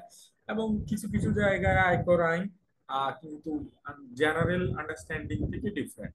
তো আমাদের আয়কর আইন অনুযায়ী কিভাবে আমরা আয় পরিগণনা করব সেটা জানার জন্য আমাদেরকে পড়তে হবে অংশ 5, সেকশন 30 থেকে শুরু করে এই সেকশন 67 পর্যন্ত আপনারা যদি পড়েন তাহলে আপনারা পার্ট দেখবেন যে কিভাবে আপনার বিভিন্ন হেড অফ ইনকাম থেকে ট্যাক্সেবল ইনকামটা, মানে বিভিন্ন হেডস থেকে ট্যাক্সেবল ইনকামটা বের করতে হয়। আমাদের আয়কর আইনে যে 7টা হেড আছে, মানে এমপ্লয়মেন্ট থেকে শুরু করে আদার সোর্স, সেটা আপনারা এই অংশ 5-এ জানবেন। আর আমি এখানে আপনাদেরকে অবশ্যই যে সেকশনগুলি পড়তে বলবো সেটা হচ্ছে সেকশন 32 থেকে 34। সেকশন 32 থেকে 34 এ আছে ইনকাম ফ্রম এমপ্লয়মেন্ট, আর সেকশন 45 থেকে সেকশন 56 হচ্ছে ইনকাম ফ্রম বিজনেস। এই দুইটা জায়গায় আমি অবশ্যই আপনাদেরকে পড়তে বলবো। আবার বলছি, সেকশন 32 থেকে 34 এটা হচ্ছে ইনকাম ফ্রম এমপ্লয়মেন্ট, আর সেকশন 45 থেকে সেকশন 56 এটা হচ্ছে ইনকাম ফ্রম বিজনেস। এই দুটো জিনিস আপনারা অবশ্যই বলবেন। তারপরে আসি, আমরা কিন্তু যখন সারা বছর পরে ট্যাক্স রিটার্ন ফাইল করতে যাই, আমরা একটু চাই যে একটু যদি অব্যাহতি নেওয়া যায়, ট্যাক্স রিবেট নেওয়া যায়, একটু রিডিউস রেট নেওয়া যায়। এটা যদি আমি জানতে চাই তাহলে আমাকে পড়তে হবে অংশ 6। আর এটার সাথে আমাদেরকে কিন্তু একটা তফসিল পড়তে হবে।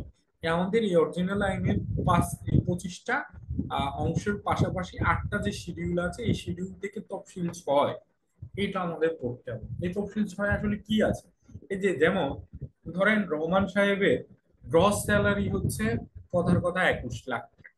ওনার যদি গ্রস স্যালারি 21 লাখ হয়, ওনার ট্যাক্সেবল স্যালারি কিন্তু 21 লাখ হবে না। ওনার ট্যাক্সেবল স্যালারির এখানে উনি এক্সাম্পশন পাবে।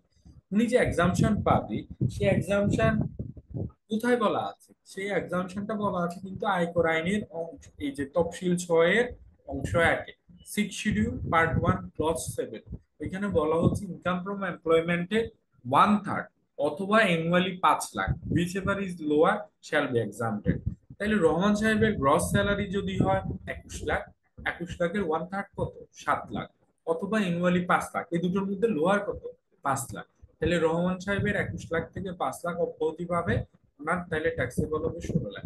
এছাড়াও আরো অনেকগুলি অব্যাহতির কথা আছে, যেমন হচ্ছে গ্র্যাচুইটি থেকে যে টাকা পাবে সেখানে 2.5 কোটি টাকা পর্যন্ত গ্র্যাচুইটি, কিংবা রিকগনাইজ প্রভিডেন্ট ফান্ড থেকে যে টাকাটা পাবে সেটা এক্সাম্পটেড, অথবা কোনো একজন ব্যক্তির যে রেমিটেন্স ইনকাম সেটা অব্যাহতি প্রাপ্ত, কিংবা ধরেন বাবা মা ভাই বোন হাজবেন্ড ওয়াইফ ছেলে মেয়ে থেকে যে গিফটটা পাচ্ছেন সেটা যদি যিনি গিফট দিচ্ছেন তারও রিটার্নে দেখায় সেটা অব্যাহতি প্রাপ্ত। এই সমস্ত ইনফরমেশন কিন্তু এই 6 শিডিউল পার্ট 1-এ আছে। আরেকটা জিনিস, আমরা যখন ট্যাক্সের ইনভেস্টমেন্ট রিবেট নিতে চাই, রিবেট নিতে হলে, রেয়াত নিতে হলে আমাদেরকে কিন্তু বিনিয়োগ করতে হয়। তো বিনিয়োগ না করলে কিন্তু আপনি রেয়াত পাবেন না। তো কোথায় বিনিয়োগ করলে রেয়াত পাবো সেটা কিন্তু এই 6 শিডিউল পার্ট 1 পার্ট 3-তে বলা আছে। 6 শিডিউল পার্ট 3। তাহলে আপনারা যেটা অবশ্যই পড়বেন, অন্য কিছু পড়েন আর না পড়েন, তফসিল 6 এটা অবশ্যই পড়বেন। তফসিল 6-এর অংশ 1-এ আছে অব্যাহতিপ্রাপ্ত আয়, আর অংশ 3-এ আছে কোথায় কোথায় বিনিয়োগ করলে আপনি রেহাত পাবেন। এই দুটো পড়তে হবে স্যার। এই অংশ 6-এর সাথে তফসিল 6-টা আপনারা পড়বেন। আরেকটা জিনিস হচ্ছে, আমরা যে ট্যাক্সটা ডিটারমাইন করব, আমাদের ট্যাক্স ডিটারমাইনটা হয় আসলে 3 ফোল্ডে। একটা হচ্ছে প্রথম রেগুলার ইনকামের উপর ট্যাক্স, আরেকটা হচ্ছে এই যে এতক্ষণ ধরে আমরা বলছি, আপনি যখন কোনো একটা পেমেন্ট পাবেন, পেমেন্ট পাওয়ার সময় কিন্তু সাথে সাথে একটা ট্যাক্স কেটে ফেলে। ধরেন আপনি বিক্রি করলেন 5 কোটি টাকার একটা সেল করলেন, এটা যে কোনো একটা সাপ্লাই দিনে, যাকে আপনি সাপ্লাই দিচ্ছেন উনি কিন্তু ওই 5 কোটি টাকা দেওয়ার সময় আপনাকে পুরো 5 কোটি টাকা দিবে না। ধরলাম এখানে আমি ভ্যাটের বিষয় আনছি না, 5 কোটি টাকা বিক্রয় মূল্য, 5 কোটি টাকার থেকে উনি 5% ট্যাক্স কাটবেন, মানে উনি 25 লাখ টাকা ট্যাক্স কেটে আপনাকে বাকি 4,75,00,000 টাকা দিন। তো উনি যে আপনার 5 কোটি টাকা থেকে 25 লাখ টাকা ট্যাক্স কাটছেন, এটা কিন্তু আপনার জন্য একটা ন্যূনতম কর। হ্যাঁ? So, আপনার এই যে 5 কোটি টাকা সেল হলো, হয়তো দেখা গেল আপনার 5 কোটি টাকা সেল হওয়ার পরে আপনার খরচ হচ্ছে 5,10,00,000। তাহলে কি হচ্ছে, আপনার কোনো রেগুলার ট্যাক্স নাই, আপনার লস হচ্ছে। 10 লাখ যদি লস হয় আপনার কিন্তু রেগুলার ট্যাক্স নাই, কিন্তু আপনার যে এই যে উৎসে কর কর্তন করা আছে সেটা আপনার ন্যূনতম কর। তা আপনাদের এই ন্যূনতম কর জিনিসটা এটা একটু বুঝতে হবে। তাহলে আপনি এই দেখলেন রেগুলার ট্যাক্স 0, ন্যূনতম কর হচ্ছে আপনার 25 লাখ, এই দুটোর মধ্যে যেটা হায়ার সেটা হচ্ছে আপনার ট্যাক্স। কিংবা আরেকটা কেস হচ্ছে, সেটাও খুব ভয়াবহ। এরপরে যেটা আসবে সেটা হচ্ছে গ্রস রিসিপ্টের উপর মিনিমাম ট্যাক্স। ধরেন আপনি 5 কোটি টাকা সেল করছেন, আপনার খরচ হচ্ছে 5,10,00,000, তার মানে রেগুলার ট্যাক্স না। এবং এবার যে 5 কোটি টাকা যার কাছে সেল করছেন ও হচ্ছে কোনো কর কর্তন করে না, তাহলে মিনিমাম ট্যাক্স নেয়। তাহলে আপনি ভাবছেন যে রেগুলার ট্যাক্সও না মিনিমাম ট্যাক্সও না, আমার মনে হয় ট্যাক্স দিতে হবে না। না, এখানে কিন্তু তা না। 163(5) ধারায় বলা হচ্ছে আপনার যে গ্রস রিসিপ্টের উপরে আপনাকে 1% মিনিমাম ট্যাক্স দিতে হবে। তো এই গ্রস রিসিপ্ট আর আসলে সেলস এক জিনিস না, তাই না? যাহা আমি বিক্রি করি, এই বিক্রিটা আমার কি হতে পারে, এটা আমার ক্রেডিট সেলস হতে পারে। তো ধরেন আপনি 5 কোটি টাকা বিক্রি করছেন, এখানে ক্লোজিং রিসিভেবল আছে 1 কোটি, তাহলে আপনার আসলে গ্রস রিসিপ্ট হচ্ছে 4 কোটি। এই 4 কোটি টাকার 1% কত আসে, এটা 4 লাখ টাকা। 4 লাখ টাকা কিন্তু আপনার মিনিমাম ট্যাক্স দিতে। এই জন্য আপনাদেরকে কিন্তু আরেকটা জিনিস জানতে হবে, মিনিমাম ট্যাক্স অংশ 8। এখান থেকে একটা সেকশন অবশ্যই অবশ্যই পড়বেন, সেটা হচ্ছে সেকশন 163। কত? সেকশন 163। এবার কিন্তু 2025-এর ফাইন্যান্স অর্ডিন্যান্সে সেকশন 163 কিছু চেঞ্জেস আসছে, মেজর চেঞ্জেস। আজকে আমরা সেটা নিয়ে কথা বলবো। পুরো সেকশনটা আবার নতুন করে রিরাইট করা হয়েছে এই 2025-এর ফাইন্যান্স অর্ডিন্যান্স। 163 ধারা মিনিমাম ট্যাক্স, এটা অবশ্যই অবশ্যই আপনারা পড়বেন। আর এই যে বছর শেষে রিটার্ন বিবরণ দলিলাদি এটা কিভাবে দাখিল করবেন, এটা যদি জানতে চান তাহলে অংশ 9 পড়বেন। আর অডিট হইলে কিভাবে কর নির্ধারণ হয় সেটা জানতে চাইলে অংশ 10 পড়বেন। তো 9, 10 এগুলি আপনার যদি ইন্টারেস্ট হয় তাহলে আপনি পড়বেন, না হইলে নাই। এরপরে যদি আপনি আবার রিভিশন আপিল রেফারেন্স করতে চান তাহলে আপনি অংশ 20টা একটু দেখতে পারেন। আর লাস্টলি যেটা আমি আপনাদেরকে অবশ্যই করতে বলবো সেটা হচ্ছে জরিমানা। আমরা বাঙালি, আমাদেরকে জরিমানা না দিলে আমরা আসলে কোনো কিছু করতে চাই না। So, কোন কমপ্লায়েন্স না করলে কি জরিমানা হবে এটা জানতে হলে অংশ 19টা কিন্তু পড়তে হবে। বুঝা যায়? তাই এইভাবে আসলে আপনারা আয়কর আইন নিয়ে একটু পড়তে পারেন। আর এই যে 8টা শিডিউল আছে, 8টা শিডিউলের মধ্যে আরেকটা শিডিউল আপনাদের কাজে লাগবে। সেটা হচ্ছে আপনারা যখন কোম্পানি ট্যাক্স ডেপ্রিসিয়েশনটা বের করবেন, তখন কিন্তু সেটা অবশ্যই আপনার কি হবে, আপনার এটা অ্যাকাউন্টিং ডেপ্রিসিয়েশন আর tax depreciation two different thing. এটা জানতে হলে আপনার ট্যাক্স ডেপ্রিসিয়েশনটা যেটা এই তফসিল 3-এ আছে, এই তফসিল 3টা আপনাকে আবার আলাদা করে পড়তে হবে। এই হলো মোটামুটি আমাদের আয়কর আইনের সাথে একটা পরিচিতি। বোঝা যাচ্ছে? এবার আমি একটু ডিটেইলে ভিতরের দিকে যাই। আমি প্রথমে আয় পরিগণনা নিয়ে কথা বলি। এই যে আমি আপনাদেরকে অংশ 4 দেখাচ্ছি, হ্যাঁ, এই যে আয়কর আইনের যে অংশ 5, সরি, আয় পরিগণনা। আয় পরিগণনা মানে কি, সারা বছর শেষে যে আপনি ট্যাক্সটা দিবেন, ট্যাক্স দিতে হইলে আপনার দেখতে হবে যে আপনার বছরের ইনকাম কত। আমরা প্র্যাকটিক্যালি আয়ের হাজারো লাখ সোর্স পাই, বাট আমরা যখন রিটার্ন ফাইল করি আমরা এই সমস্ত হাজারো লাখ সোর্সকে 7টা ক্যাটাগরিতে ভাগ করে দিই। কি কি? এক হচ্ছে ইনকাম ফ্রম এমপ্লয়মেন্ট, সেকশন 32 থেকে সেকশন 34 পর্যন্ত আছে কিভাবে ইনকাম ফ্রম এমপ্লয়মেন্টে ট্যাক্স বের করতে হবে, মানে ট্যাক্সেবল এমপ্লয়মেন্ট ইনকাম বের করতে হবে। দেন ইনকাম ফ্রম রেন্ট, এখানে একটু খেয়াল করবেন, ভাড়া হতে আয়, এটা যে শুধু হাউস প্রপার্টি রেন্টাল ইনকাম তা না, আপনার যদি অন্য যে কোনো প্রপার্টিরও রেন্টাল ইনকাম হয়, লেটস সে আপনার একটা মাইক্রোবাস আছে, আপনি মাইক্রোবাসটা ভাড়া দিয়ে সেখান থেকে একটা আয় করেন, কিংবা আপনার যে কোনো ল্যান্ড আছে, এই ল্যান্ডটা আপনি লিজ দিয়ে ওইখান থেকে আপনি ইনকাম পান। তো আপনার ল্যান্ডের লিজ কিংবা আপনার গাড়ি থেকে যে রেন্টটা পাচ্ছেন অথবা আপনার হাউস প্রপার্টি থেকে যে রেন্টটা পাচ্ছেন, সবই কিন্তু আপনি ভাড়া হতে আয়ের মধ্যেই দেখাবেন। কৃষি হতে আয় আপনার যে কোনো এগ্রিকালচার রিলেটেড ইনকাম এখানে দেখাবেন। এগ্রিকালচারাল ইনকামটা একটা হচ্ছে পিওরলি এগ্রিকালচারাল ইনকাম, যেখানে আপনি কাল্টিভেশন নিজেই প্রসেসে থাকবেন। আদার এগ্রিকালচার ইনকাম লাইক এটা হচ্ছে পোল্ট্রি ফার্মিং, ফিশারিজ, ফ্লোরিকালচার, এগুলি হচ্ছে আদার এগ্রিকালচারাল ইনকাম। আবার কিছু আছে পার্শিয়াল এগ্রিকালচারাল ইনকাম, যেমন টি এবং রাবার গার্ডেনিং ইনকাম। তো যাই হোক, আপনার যদি থাকে তাহলে সেটা কিভাবে আয় নির্ধারণ করবো সেজন্য সেকশন 40 থেকে 44 পর্যন্ত পড়বো। যেটা আমি বলছি আপনাদেরকে অবশ্যই করার জন্য সেটা হচ্ছে ব্যবসা হতে আয় সেকশন 45 থেকে 56, আর একটা বলছি চাকরি হতে আয়। এই দুটো একদম কমন, বা একটা কোম্পানিরও যখন আপনি ট্যাক্স কমপ্লায়েন্স করতে যাবেন তখন কিন্তু আপনার এই দুটো জিনিস অবশ্যই লাগতে হবে। স্যালারি ডিটেলস কিভাবে বের করবেন এর জন্য ইনকাম ফ্রম এমপ্লয়মেন্ট জানতে হবে, আর ব্যবসায়ের আয় কিভাবে হয় নির্ধারণ করা হয় সেটার জন্য সেকশন 45 থেকে সেকশন 56 পর্যন্ত বলবেন। মূলধনী আয় ইনকাম ফ্রম ক্যাপিটাল গেইন কিভাবে হবে সেটার জন্য আপনার সেকশন 57 দেখতে হবে। এখানে একটু বলে রাখি, কোম্পানির জন্য ক্যাপিটাল গেইনের ট্যাক্সের রেট হচ্ছে 15%। আর এটা যদি হয় ইন্ডিভিজুয়াল, সেক্ষেত্রে কিন্তু দুটো আলাদা রেট। ইন্ডিভিজুয়াল হলে প্রথম কোশ্চেন হচ্ছে ইন্ডিভিজুয়াল যে মূলধনী আয়টা করছে, মানে ওনার যে অ্যাসেটটা ডিসপোজ করে যে গেইনটা হচ্ছে, সেটা কি অ্যাসেট অ্যাকুইজিশনের 5 বছরের মধ্যে না 5 বছরের পরে। অ্যাসেট অ্যাকুইজিশনের 5 বছরের মধ্যে যদি কোনো ব্যক্তি হ্যাঁ মূলধনী আয় করেন তাহলে এটা স্ল্যাব রেটে ট্যাক্স হবে। আর যদি ওনার অ্যাসেট অ্যাকুইজিশনের 5 বছর পরে ডিসপোজ করে কোনো একজন ব্যক্তির মূলধনী আয় হয়, তাহলে ওনার ট্যাক্সটা হবে টু ফোল্ডে। প্রথমে দেখতে হবে এটা স্ল্যাব রেটে ট্যাক্স কত, দেন দেখতে হবে এটার 15% স্ট্রেট লাইনে মূলধনী আয়ের ট্যাক্সটা কত আসে, দুটোর মধ্যে যেটা লোয়ার হবে সেটা হবে ট্যাক্স। বাট কোম্পানির জন্য হইলে, কোম্পানির মূলধনী আয় হলে ট্যাক্সের রেট হবে 15%। আর কোম্পানির কিন্তু এই মূলধনী আয় ছাড়া অন্য যে আয়গুলি আছে, লেটস সে ব্যবসা আয় বা ফাইন্যান্সিয়াল অ্যাসেটের আয়, সেখানে রেগুলার রেট হচ্ছে 27.5%। দেন ইনকাম ফ্রম ফাইন্যান্সিয়াল অ্যাসেট, এখানে হচ্ছে যে কোনো শ্রেণীর করদাতাদের যত ফাইন্যান্সিয়াল অ্যাসেটের ইনকাম আছে, লাইক এফডিআর, সঞ্চয়পত্র, ট্রেজারি বিল, ট্রেজারি বন্ড, কিংবা শেয়ার মার্কেটের ডিভিডেন্ড, এখান থেকে যত ইনকাম আসবে সব আপনার ইনকাম ফ্রম ফাইন্যান্সিয়াল অ্যাসেটের আন্ডারে রিপোর্ট হবে।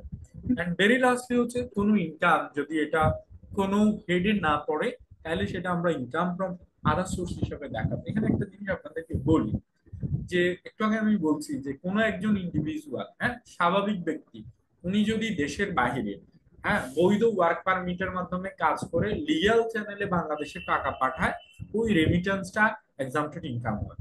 কিন্তু রেমিটেন্সের এগেনস্টে যদি কোনো ক্যাশ ইনসেন্টিভ দেয় সেটা কিন্তু অব্যাহতিপ্রাপ্ত আয় হবে না। রেমিটেন্সের এগেনস্টে যদি কোনো ক্যাশ ইনসেন্টিভ পায় সেটা ইনকাম ফ্রম আদার সোর্সে রিপোর্ট করতে হবে। এটা ব্যক্তি শ্রেণীর করদাতাদের জন্য লাগবে, ঠিক আছে। কিংবা ক্যাশ ইনসেন্টিভের যদি কারো কোনো ইনকাম থাকে সেটা আসলে ইনকাম ফ্রম আদার সোর্সে চলে আসবে। তো এই হচ্ছে বেসিক্যালি আমাদের মেজর হেড অফ ইনকাম।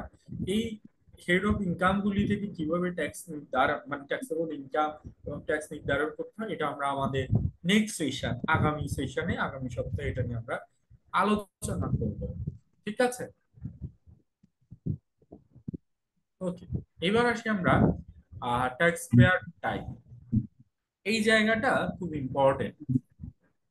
দেখেন, আপনি যখন ট্যাক্স কমপ্লায়েন্স নিয়ে কাজ করবেন তখন কিন্তু আপনার প্রথম কোশ্চেন হবে করদাতার টাইপ কি।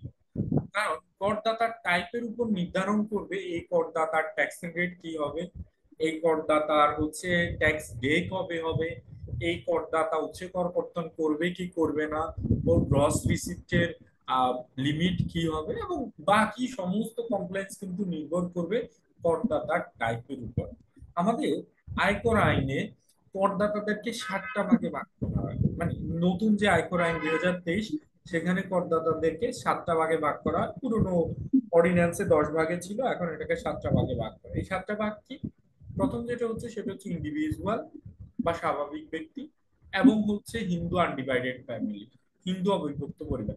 ইন্ডিভিজুয়াল এবং হিন্দু আনডিভাইডেড ফ্যামিলি এই দুইটা এন্টিটি ট্যাক্সের কমপ্লায়েন্স একই রকম। ইন্ডিভিজুয়াল এবং Hindu undivided family tax day হচ্ছে 30শে নভেম্বর এবং এরা স্ল্যাব ডেটে ট্যাক্স দিবে। এছাড়া বাকি যারা আছে farm, company, association of person, trust এবং ফান্ড, এদের সবার জন্য কিন্তু এখন ট্যাক্স ডে হচ্ছে এদের অর্থবছর শেষ হয়ে যাওয়ার পরবর্তী নবম মাসের 15 তারিখ অথবা 15ই সেপ্টেম্বর, যেটা পরে আসে। তো যাই হোক, প্রথম হচ্ছে ট্যাক্স পেয়ারের টাইপ হচ্ছে ইন্ডিভিজুয়াল এবং আনডিভাইডেড ফ্যামিলি। এছাড়া কি আছে? এছাড়া আছে farm, firm means partnership farm. এছাড়া আছে ট্রাস্ট, এছাড়া আছে অ্যাসোসিয়েশন অফ পার্সন, এছাড়া আছে ফান্ড। 2025-এর অর্ডিন্যান্সে যেটা বলা হচ্ছে, বলছে যে এখন ফান্ডদেরকে বাধ্যতামূলক রিটার্ন সাবমিট করতে হবে না। আমি আবার বলছি, কি বলছে? ফান্ডদেরকে এখন আর বাধ্যতামূলক রিটার্ন ফাইল করতে হবে না। তো এই 7 শ্রেণীর করদাতাদের মধ্যে ফান্ডের এখন বাধ্যতামূলক রিটার্ন ফাইলিং এর প্রভিশন নাই। আর বাকি যে 6 শ্রেণীর করদাতা আছে এদেরকে কিন্তু বাধ্যতামূলক রিটার্ন ফাইল করতে হবে। আচ্ছা, এবার আসি। এই যে আমি 7 শ্রেণী বলছি, একটা এখনো আমি বলিনি, সেটা হচ্ছে কোম্পানি, না বললেও দেখা যায়। আমাদের আয়কর আইনে কোম্পানির ডেফিনেশন সবচেয়ে বড়। আমাদের আয়কর আইনে করদাতা কয় ভাগে ভাগ করা হচ্ছে? Individual, Hindu undivided family, partnership firm, association of person, trust এবং ফান্ড। এই 6 ক্যাটাগরি ছাড়া অন্য যত করদাতা আছে সবাইকে কোম্পানি হিসেবে ট্রিট করা হবে। আমাদের কোম্পানি আইনে কোম্পানি কারা হবে সেটা বলা আছে। কোম্পানি আইন অনুযায়ী যারা কোম্পানি অ্যাক্ট 1994 দিয়ে ইনকর্পোরেটেড হবে শুধু তাদেরকে কোম্পানি বলা হচ্ছে। বাট আমাদের আয়কর আইন 2023-এ কোম্পানিকে ব্রডলি ডিফাইন করা হয়েছে। এখানে কি বলছে? আমাদের আয়কর আইনের সেকশন 2 একটু বলে রাখি, আমাদের যতগুলি বাংলাদেশে মোটামুটি যে কয়টা আইন আছে, ম্যাক্সিমাম আইনের সেকশন 2 ধারা 2-তে পাবেন সমস্ত সংজ্ঞাগুলি। তো আয়কর আইনেও সেকশন 2 তে সমস্ত ডেফিনেশন আছে, লাইক করদাতাকে, আপনার হচ্ছে কোম্পানি বলতে কি বোঝায়, আয় বছর বলতে কি বোঝায়, ট্যাক্স রিটার্ন সাবমিশনের নির্দিষ্ট ডেট কি, সমস্ত ডেফিনেশন গুলি সেকশন 2 তে আছে। এই সেকশন 2 এর সাবসেকশন 31 এ কোম্পানির ডেফিনেশন আছে। সেখানে বলা হচ্ছে কোম্পানি অর্থ কোম্পানি আইন 1994 এ সংজ্ঞায়িত অর্থে কোনো কোম্পানি এবং এর অন্তর্ভুক্ত হবে। কার অন্তর্ভুক্ত হবে? আমি এটা ডিটেইল পড়ছি, এটা পড়ার কারণ হচ্ছে এটা পড়লে আপনারা কমপ্লায়েন্স বুঝবেন। তাদেরকে আরো কোম্পানি বলছে, যারা কোম্পানি আইন দিয়ে নিবন্ধিত হচ্ছে এরা তো কোম্পানি, এর সাথে অন্যরাও কোম্পানি হিসেবে পরিগণিত হবে। এরা কারা? লিয়াজু office, representative office, branch office. বাংলাদেশে অনেক লিয়াজু অফিস, ব্রাঞ্চ অফিস আছে, এরা কিন্তু কোম্পানি অ্যাক্ট দিয়ে নিবন্ধিত হয় না। এরা অনেকে হচ্ছে বিডার পারমিশন নিয়ে বাংলাদেশে অপারেশন করে। যদিও লিয়াজু অফিসে এখানে আসলে কি হয় না, রেভিনিউ হয় না, ওরা শুধুমাত্র ওদের সাপোর্ট, মানে ওদের বেঞ্চারকে সাপোর্ট দেয় এবং সেটার জন্য ওরা বাইরে থেকে হচ্ছে রেমিটেন্সটা নিয়ে আসে বা এক্সপেন্সটা বেসিক্যালি ওদের বাইরে থেকে আসে। তো যাই হোক, এই লিয়াজু অফিসে বাংলাদেশের কোনো অপারেশন না থাকলেও, রেভিনিউ না থাকলেও, আয়কর আইন অনুযায়ী লিয়াজু অফিস, ব্রাঞ্চ অফিস এদেরকে কিন্তু কোম্পানি হিসেবে ট্রিট করা হয়। সো কোম্পানি হিসেবে ট্রিট করার কারণে এই লিয়াজু অফিস, ব্রাঞ্চ অফিস এদের রেগুলার ট্যাক্স রেট হবে 27.5%। এদেরকে অডিট করে, অডিটের সাথে মানে চার্টার্ড অ্যাকাউন্ট দিয়ে অডিট করে অডিট রিপোর্টের সাথে ট্যাক্স রিটার্ন ফাইল করতে হবে। এবং এরা কোম্পানি হয়ে যাওয়ার কারণে এরা যতবার পেমেন্ট করবে পেমেন্ট থেকে আয়কর আইনের অংশ 7 অনুযায়ী অ্যাডসোসিয়েট ট্যাক্স ডিডাক্ট করবে এবং কোয়ার্টারলি ট্যাক্স রিটার্নটা এদেরকে কিন্তু ফাইল করতে হবে। সো এটা, এই যে কেন হচ্ছে লিয়াজু অফিস, রিপ্রেজেন্টেটিভ অফিসকে রিটার্ন ফাইল করতে হয় বা এরা রিটার্ন ফাইল করলে ওদেরকে কি হিসেবে ডিক্লেয়ার করবে, সেটা কিন্তু এটা দিয়ে আসলে চলে আসে। এছাড়া বলা হচ্ছে যে কোনো বিদেশি সত্তা বা ব্যক্তি স্থায়ী কোনো প্রতিষ্ঠান যদি থাকে, যে কোনো বিদেশি সত্তা বা ব্যক্তি স্থায়ী কোনো প্রতিষ্ঠান বাংলাদেশে যদি থাকে সেটাও কোম্পানি হিসাবে ট্রিট করা হবে। ওকে, বাংলাদেশের বাইরে কোনো দেশের আইন দ্বারা বা আইনের অধীন নিবন্ধিত কোনো সংস্থা বা সংস্থা। আচ্ছা, আমি উপরের এটা আরেকবার বলি। ধরেন কোনো বিদেশি সত্তা বা ব্যক্তি, কোনো একজন নন রেসিডেন্ট বাংলাদেশে, যদিও এটা ওনারা পারে না, নন রেসিডেন্ট যদি বাংলাদেশে কোনো প্রোপ্রাইটরশিপ বিজনেস দেয় কিংবা পার্টনারশিপ বিজনেসও দেয়, সেটা কি হবে? কোম্পানি হিসেবে পরিগণিত হবে। এটা একটু খেয়াল রাখবেন, এটা কিন্তু এই সেকশন 2 সাবসেকশন 31 দিয়ে এই যে কোনো বিদেশি সত্তা বাংলাদেশে কোনো স্থায়ী প্রতিষ্ঠান থাকলে সেটা কোম্পানি হিসেবে ট্রিট হবে, এই আইন বলে আসতেছে। দেন বাংলাদেশের বাইরে দেশের অধীন দ্বারা বা আইনের অধীন নিবন্ধিত কোনো সংস্থা বা সংস্থা, যে কোনো ফরেন এন্টিটি বাংলাদেশে কাজ করলে সেটাকে আমরা কি করব, কোম্পানি হিসেবে ট্রিট করবো। যে কোনো ব্যাংক, বীমা, আর্থিক প্রতিষ্ঠান। দেন হচ্ছে, এটা একটু খেয়াল রাখবেন, যে কোনো শিল্প বাণিজ্য সংগঠন, ফাউন্ডেশন, সমিতি, সমবায় সমিতি এবং যে কোনো শিক্ষা প্রতিষ্ঠান। সো ফাউন্ডেশন যারা আছে, ধরেন Asania mission foundation, Asania mission ফাউন্ডেশনকে কিন্তু আয়কর আইন অনুযায়ী কোম্পানি হিসেবে ট্রিট করা হবে এবং এদের ট্যাক্স রেট হবে 27.5%। সমিতি, সমিতিকেও আয়কর আইন অনুযায়ী কি কি করা হবে, কোম্পানি হিসেবে ট্রিট করা হবে। বাট আমাদের এই যে ফাইন্যান্স অর্ডিন্যান্সের সমিতির জন্য আলাদা ট্যাক্স রেট আছে। যে কোনো শিক্ষা প্রতিষ্ঠান, যেমন প্রাইমারি স্কুল থেকে শুরু করে ইউনিভার্সিটি পর্যন্ত, হ্যাঁ, বা কিন্ডার গার্ডেন থেকে শুরু করে ইউনিভার্সিটি পর্যন্ত শিক্ষা প্রতিষ্ঠান যাই হোক না কেন, এটাকে কিন্তু আপনার কি হিসাবে ধরা হবে, এটাকে আপনার কোম্পানি হিসাবে ধরা হবে। এখন এখানে দুই তিনটা জিনিস বলি। একটা কিন্ডার গার্ডেন বা প্রাইমারি স্কুল বা প্রি প্রাইমারি স্কুল, আয়কর আইনে যেটা বলা হচ্ছে, প্রাইমারি এবং প্রি প্রাইমারি স্কুল এদেরকে কিন্তু রিটার্ন সাবমিশন এদের বাধ্যতামূলক না, বা এমপিও এমপিও ভুক্ত যেসব স্কুলগুলি আছে এদের কিন্তু রিটার্ন সাবমিশন বাধ্যতামূলক না। বাট এটা যদি ইংলিশ মিডিয়াম স্কুল হয়, হ্যাঁ, ইংলিশ মিডিয়াম প্রাইমারি স্কুল হয়, তাহলে কিন্তু ইংলিশ মিডিয়াম তো প্রাইমারি স্কুল বলে না, ইংলিশ মিডিয়াম স্কুল হয় বা ইংলিশ, তাইলে এদেরকে অবশ্যই কোম্পানি হিসেবে রিটার্ন ফাইল করতে হবে। আর যেটা বললাম, প্রাইভেট ইউনিভার্সিটি যারা, এরাও কোম্পানি হিসেবে রিটার্ন ফাইল করবে। তবে প্রাইভেট ইউনিভার্সিটির জন্য ট্যাক্স রেট হবে 15%, ওদের জন্য রেগুলার ওই যে 27.5%। তো যে কোনো কোম্পানির প্রাইভেট হিসাবে ট্যাক্স রেট হবে 27.5%, যদি না ওর জন্য আলাদা করে কোনো রেট ফাইন্যান্স অর্ডিন্যান্সে বা ফাইন্যান্স অ্যাক্টে না বলে দেয়। ঠিক আছে। দেন আসি এনজিও বিষয়ক ব্যুরোর বা অধীনে বা যে কোনো মাইক্রো ক্রেডিট রেগুলেটরি অথরিটির সাথে যারা নিবন্ধিত আছে, সবাইকে আসলে আপনার কোম্পানি হিসেবে ট্রিট করা হবে। ব্র্যাক, আশা, প্রশিকা, এরা যারা আছে এদের সবাইকে কিন্তু কোম্পানি হিসেবে ট্রিট করা হবে।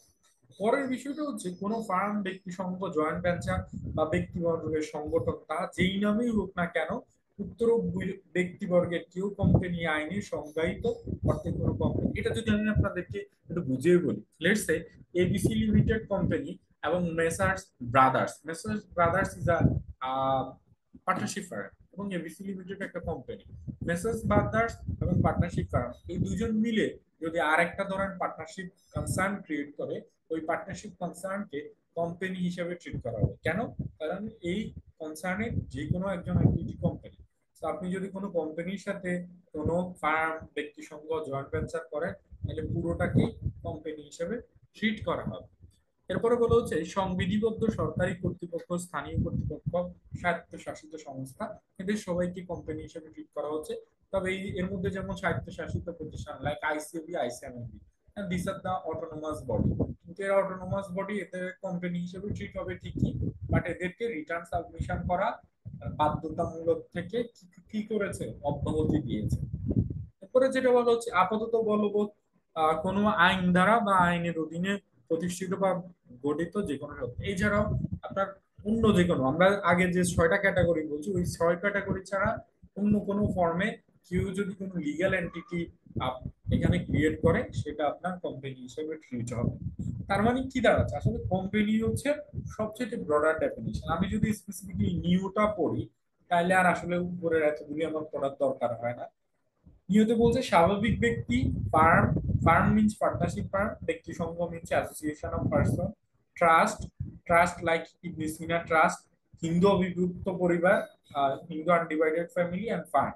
এই 6টা ছাড়া অন্য সকল সত্তাকে কোম্পানি হিসাবে পরিগণিত করা হয়। ফার্ম বলতে আপনারা বুঝেন, farm means partnership farm. Partnership firm আপনি আরজেসি তে রেজিস্ট্রেশন করেও করতে পারেন অথবা পার্টনারশিপ ডিড দিয়েও করতে পারেন। সো পার্টনারশিপ ফার্মের কিন্তু আলাদা করে টিম থাকবে এবং পার্টনারশিপ ফার্মকে কিন্তু এখন ওই যে কবের মধ্যে, যে 15ই মার্চের মধ্যে রিটার্নটা ফাইল করতে হবে। তার পার্টনারশিপ ফার্ম কিন্তু সব ট্যাক্সের উইথহোল্ডিং এন্টিটি। এর আসি হিন্দু আনডিভাইডেড ফ্যামিলি, এরা বাংলাদেশে এই সংখ্যা এখন খুবই কম। হিন্দু যৌথ পরিবার, হিন্দু যৌথ পরিবার এদের ট্যাক্সের কমপ্লায়েন্স একজন ব্যক্তির মতোই একই রকম, ওরা হচ্ছে ইন্ডিভিজুয়ালের মতো স্ল্যাব রেটে ট্যাক্স দিবে। এবং 30 নভেম্বরের মধ্যে রিটার্নটা ফাইল করতে হবে। অ্যাসোসিয়েশন অফ পার্সন, বিভিন্ন অ্যাসোসিয়েশন অফ পার্সন আছে লাইক বাপিসা বা ধরেন Bangladesh food staff importers association এবং এরকম ইলেকট্রনিক অ্যাসোসিয়েশন, হাজারো অ্যাসোসিয়েশন আছে। সমস্ত অ্যাসোসিয়েশন গুলিকে কিন্তু এরা আসলে আরজেসির থ্রুতে নিবন্ধিত হয় এবং এদেরকে কোম্পানি হিসেবে ট্রিট করা হয়। Trust, trust basically trust act 1882 দিয়ে ইনকর্পোরেটেড হয়। যেমন একটা জিনিস যেটা আমি বলছি যে ইপিসিনা ট্রাস্ট। তবে আরেকটা জিনিস মনে রাখেন, পাবলিক এবং প্রাইভেট ইউনিভার্সিটি এরাও ট্রাস্ট দিয়ে ইনকর্পোরেটেড হয়, বাট প্রাইভেট এবং পাবলিক ইউনিভার্সিটি ওদের টাইপ হবে আসলে কোম্পানি, ওরা ট্রাস্ট হিসেবে পড়বে না। ট্রাস্ট হিসেবে যেমন যেটা বলছি, ট্রাস্ট ডিডের আন্ডারে ইপিসিনা ট্রাস্ট আছে, ইপিসিনা ট্রাস্টকে আমরা ট্রাস্ট হিসেবে ধরবো এবং এর ট্যাক্স রেট আইনে যেমন আছে 27.5%। ফান্ড, ফান্ড বলতে যেমন বিভিন্ন প্রতিষ্ঠানে বিভিন্ন recognised and non recognised fund থাকে, like provident fund, gratuity fund, workers welfare fund. এই সমস্ত ফান্ডগুলি কে আলাদা করে ফান্ড হিসেবে ট্রিট করা হবে। গত বছর পর্যন্ত যেটা ছিল রিকগনাইজড প্রভিডেন্ট ফান্ডের ট্যাক্সের রেট 15%, এখনো রেটটা আছে, বাট ফান্ডদেরকে এখন রিটার্ন সাবমিশনের বাধ্যবাধকতা থেকে অব্যাহতি দেওয়া হয়েছে। আর বাকি যে এন্টিটি গুলি আছে এগুলি আসলে পুরনো আইনে ছিল, নতুন আইনে এই ধরনের আর এখন এন্টিটি নাই। নতুন আইনে আমরা 6 ক্যাটাগরিতে নিচ্ছি। এবার আসি corporate tax rate.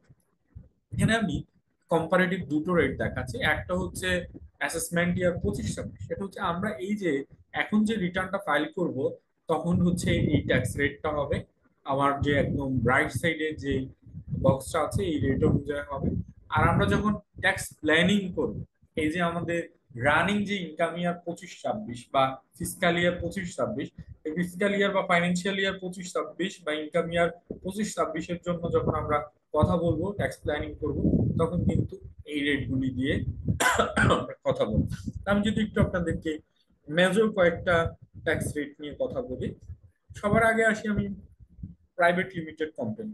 Private limited কোম্পানির এই যে আমরা এই মুহূর্তে যে রিটার্নটা ফাইল করবো 24-25 ইনকাম ইয়ারের জন্য, সেখানে দুটো রেটের কথা বলা আছে। একটা হচ্ছে রেগুলার রেট, দ্যাট ইজ 27.5%, আর একটা হচ্ছে প্রাইভেট লিমিটেড কোম্পানি যদি স্পেসিফিকলি কিছু কন্ডিশন ফলো করে। কন্ডিশন গুলি কি? ওদের সমস্ত রেভিনিউ এবং ওদের ইনভেস্টমেন্ট গুলি ব্যাংকিং চ্যানেলে আসতে হবে, ওদের ইন্ডিভিজুয়াল এক্সপেন্স 5 লাখ এবং কিউমুলেটিভ এক্সপেন্স 40 লাখ টাকা যদি ব্যাংকের মাধ্যমে করে, তার মানে হচ্ছে ব্যাংকিং চ্যানেলে যদি প্রাইভেট লিমিটেড কোম্পানির ট্রানজেকশন হয় সেক্ষেত্রে ওরা 27.5% না, রেদার দেন 25% রেটে ট্যাক্স দিতে পারবে। এটা এই 24-25 ইনকাম ইয়ারের রিটার্নটা দেওয়ার পরে এই সুযোগ আর থাকছে না। তার মানে আগামী বছর যখন আমরা এই যে 25-26 ইনকাম ইয়ারের জন্য যে রিটার্নটা, সেটা কবে হবে? 26-27, হ্যাঁ, এবং তার পরবর্তী 2 বছর 27-28। এখন কিন্তু গভর্নমেন্ট একসাথে 2 বছরের ট্যাক্স রেট দিচ্ছে।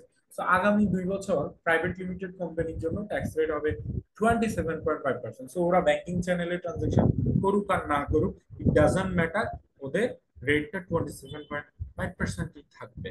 ওকে। Listed bank, insurance and financial institution গতবারও ছিল 37.5%, এবারও 37.5%। নন লিস্টেড ব্যাংকের জন্য রেট আগেও যা ছিল এখনো তাই আছে। মানে আমরা 24-25 জন্য যে রেটটা দিচ্ছি আগামী 2 বছরও একই রেটে যাবে। Individual and companies engaged in tobacco business, এখানে 45% আছে। দেন আমরা যদি পরের গুলি দেখি, trust, association of person. Trust একটু আগে আমি বলেছি, ট্রাস্ট এবং অ্যাসোসিয়েশন অফ পার্সন ওরা কিন্তু আলাদা এন্টিটি। হ্যাঁ, ট্রাস্ট এবং অ্যাসোসিয়েশন অফ পার্সনের 24-25 যখন আমরা রিটার্নটা ফাইল করছি, ইপিসিনা ট্রাস্ট যখন হচ্ছে রিটার্নটা ফাইল করবো, ওদের রেগুলার ট্যাক্স রেট হচ্ছে 27.5%, বাট ওরা যদি ব্যাংকিং চ্যানেলে ট্রানজাকশন করে 24-25 জন্য ওরা রিডিউস রেট 25% এর রিটার্ন ফাইল করতে হয়। বাট আগামী 2 বছর 26-27 এবং 27-28 এই 2 বছর কিন্তু এই 2 অ্যাসেসমেন্ট ইয়ারের জন্য ট্যাক্স রেট কিন্তু 27.5%। ফান্ডের ক্ষেত্রে যেটা বললাম 24-25 জন্য রেটটা আগের মতো 15% আছে এবং গোয়িং ফরওয়ার্ড বলছে ফান্ডের রিটার্ন সাবমিশনের বাধ্যবাধকতা নেই। ফার্ম, পার্টনারশিপ ফার্ম, এটা একটু আপনারা খেয়াল করবেন। পার্টনারশিপ ফার্ম এখন যখন রিটার্নটা ফাইল করবে 24-25 ইনকাম ইয়ারে পার্টনারশিপ ফার্ম স্ল্যাব রেটে ট্যাক্স দিবে। আগামী বছর থেকে যে পার্টনারশিপ ফার্মগুলি আছে ওরা কিন্তু সিঙ্গেল রেট 27.5% রেটে ট্যাক্স দিবে। দেন কামিং টু মার্চেন্ট ব্যাংক, বিভিন্ন যেমন সন্ধানী লাইফ ফাইন্যান্স লিমিটেড, এরা ধরেন ইস্যুয়ারের মতো কাজ করে। সো এরা যেহেতু ইস্যুয়ার, এবার পর্যন্ত এদের 37.5% আছে, বা গোয়িং ফরওয়ার্ড ওরা জেনারেল 27.5% রেটে ট্যাক্স দিবে। 1% কোম্পানি যারা আছে, 1% কোম্পানির ক্ষেত্রে যেটা বলো, আমরা এই বছর যে রিটার্নটা ফাইল করব সেখানে আমরা রেটটা পাবো 22.5%, এবং 1% কোম্পানি যদি ব্যাংকিং চ্যানেলে ট্রানজেকশন করে 20% রেটে ট্যাক্স দিতে পারে। ফায়ার এবার আগামী বছর দিকে রেটটা কিন্তু অনেক বেড়ে যাচ্ছে, সেটা কিন্তু আগামী 2 বছর থাকবে 27.5%। একটু আগে আমি বলেছি আপনাদেরকে কোঅপারেটিভ সোসাইটির ট্যাক্সের রেট হচ্ছে 20%, যদিও এদেরকে কোম্পানি হিসেবে ট্রিট করা হবে, বাট কোঅপারেটিভ সোসাইটির ট্যাক্সের রেট হচ্ছে 20%। Private university, private medical college, private dental college, private engineering college, অথবা এই ধরনের যে কোনো এডুকেশন যারা আছে, এরা যদিও কোম্পানি হিসাবে ট্রিট হচ্ছে, এদের ট্যাক্সের রেট হবে 15%। তো এই রেটগুলি আসলে আপনাদের জানা জরুরি। হ্যাঁ, অনেক সময় হচ্ছে আমরা এই বিষয়গুলি অ্যাওয়্যার থাকি না, এবং ট্যাক্স প্রভিশন কিন্তু অ্যাকর্ডিংলি করা হয় না। দেন কামিং টু মিনিমাম ট্যাক্স, আমি একটু আগেও আমার আলোচনায় বলেছি যে আহ, আমরা যে ট্যাক্সটা ডিটারমাইন করি সেটা আসলে তিন ফোল্ডে আমাদের ট্যাক্সটা হবে। প্রথমে হচ্ছে একটা কোম্পানির যে ইনকামের উপর ট্যাক্স। এবিসি লিমিটেড কোম্পানির 5 কোটি টাকা সেলস, ওর এক্সপেন্সেস হচ্ছে 4,60,00,000 টাকা, তাহলে ওর ইনকাম হচ্ছে 40 লাখ টাকা। প্রথমে যেটা হবে, ওর এই 40 লাখ টাকার উপরে 27.5% রেটে ট্যাক্স আসবে। আমি যদি দেখি এই 40 লাখে 27.5% রেটে ট্যাক্স আসে 11 লাখ টাকা, তাহলে প্রথম কি বলছি, ট্যাক্সটা হবে রেগুলার ট্যাক্স। রেগুলার ট্যাক্স হচ্ছে 40 লাখ, 5 কোটি সেল, 4,60,00,000 এক্সপেন্স, তাহলে প্রফিট বিফোর ট্যাক্স 40 লাখ, 40 লাখের 27.5% হচ্ছে 11 লাখ। সেকেন্ড ইস্যু হচ্ছে ওদের উৎসে কর্তন 163(2) দ্বারা। একটু আগে আমি বলছি উৎসে কর্তন মিনিমাম ট্যাক্সটা আছে 163 দ্বারা। 163(2) দ্বারায় বলা হচ্ছে ওইখানে প্রায় কয়টা 31টার মতো মনে হয় সেকশন বা খাত আছে, যেখানে আপনার উৎসে কর কর্তন করা হলে সেটা মিনিমাম ট্যাক্স হিসেবে পরিগণিত করা হবে। তো ওইখানে বলা হচ্ছে বিক্রি বা সাপ্লাইয়ের এগেনস্টে সেকশন 18 এন্ড 90-তে যদি কোনো সরবরাহ হয়, তাইলে ওটার এগেনস্টে যে উৎসে কর কর্তন হবে সেটা হয়ে যাবে মিনিমাম ট্যাক্স। লেটস সে 5 কোটি টাকা সাপ্লাই দেওয়ার সময় আপনার এক সোর্সে 25 লাখ টাকা ট্যাক্স কাটা হয়েছে, তাহলে আপনার এখন কিন্তু ট্যাক্স আসতেছে দুইটা। রেগুলার ইনকাম 40 লাখের উপর 27.5% রেটে ট্যাক্স হচ্ছে 11 লাখ, উৎসে কর্তন হচ্ছে 25 লাখ, আর আপনার গ্রস রিসিপ্টের উপর মিনিমাম ট্যাক্স। 5 কোটি সেল হলো, গ্রস রিসিপ্ট 4 কোটি, 4 কোটি টাকার 1%, দ্যাট ইজ 4 লাখ টাকা ট্যাক্স। তাইলে একটা কোম্পানির ট্যাক্স হবে এই তিনটার মধ্যে যেটা হায়ার সেটা। তাহলে রেগুলার ইনকামের উপর ট্যাক্স হচ্ছে 11 লাখ, উৎসে কর্তন 25 লাখ, গ্রস রিসিপ্টের মিনিমাম ট্যাক্স হচ্ছে 4 লাখ। এই তিনটার মধ্যে হায়ার হচ্ছে উৎসে কর্তন 25 লাখ, তাহলে একটা কোম্পানি ট্যাক্স হবে এখানে 25 লাখ। আমরা যখন ট্যাক্স কম্পিটিশন করবো সেটা যে শুধু ইনকামের উপর হবে তা না। আমাদের অনেক সময় বলি যে লস হয়েছে আবার ট্যাক্স দিতে হবে, হবে না। আসলে বিষয়টা কিন্তু তা না। লস হইলেও আপনার কিন্তু ট্যাক্স আসে, দুভাবে আসে। একটা হচ্ছে আপনার উৎসে কর্তন করা থাকলে, সেটা যদি 163(2) দ্বারা মিনিমাম ট্যাক্স হয় তাহলে হবে। আরেকটা হচ্ছে আপনার গ্রস রিসিপ্টের উপর আপনার আবার মিনিমাম ট্যাক্স আসছে, তাহলে লস হইলেও কিন্তু আপনার ট্যাক্স আসতে পারে। এই জন্য আমাদের আসলে মিনিমাম ট্যাক্সের বিষয়টা বুঝতে হবে।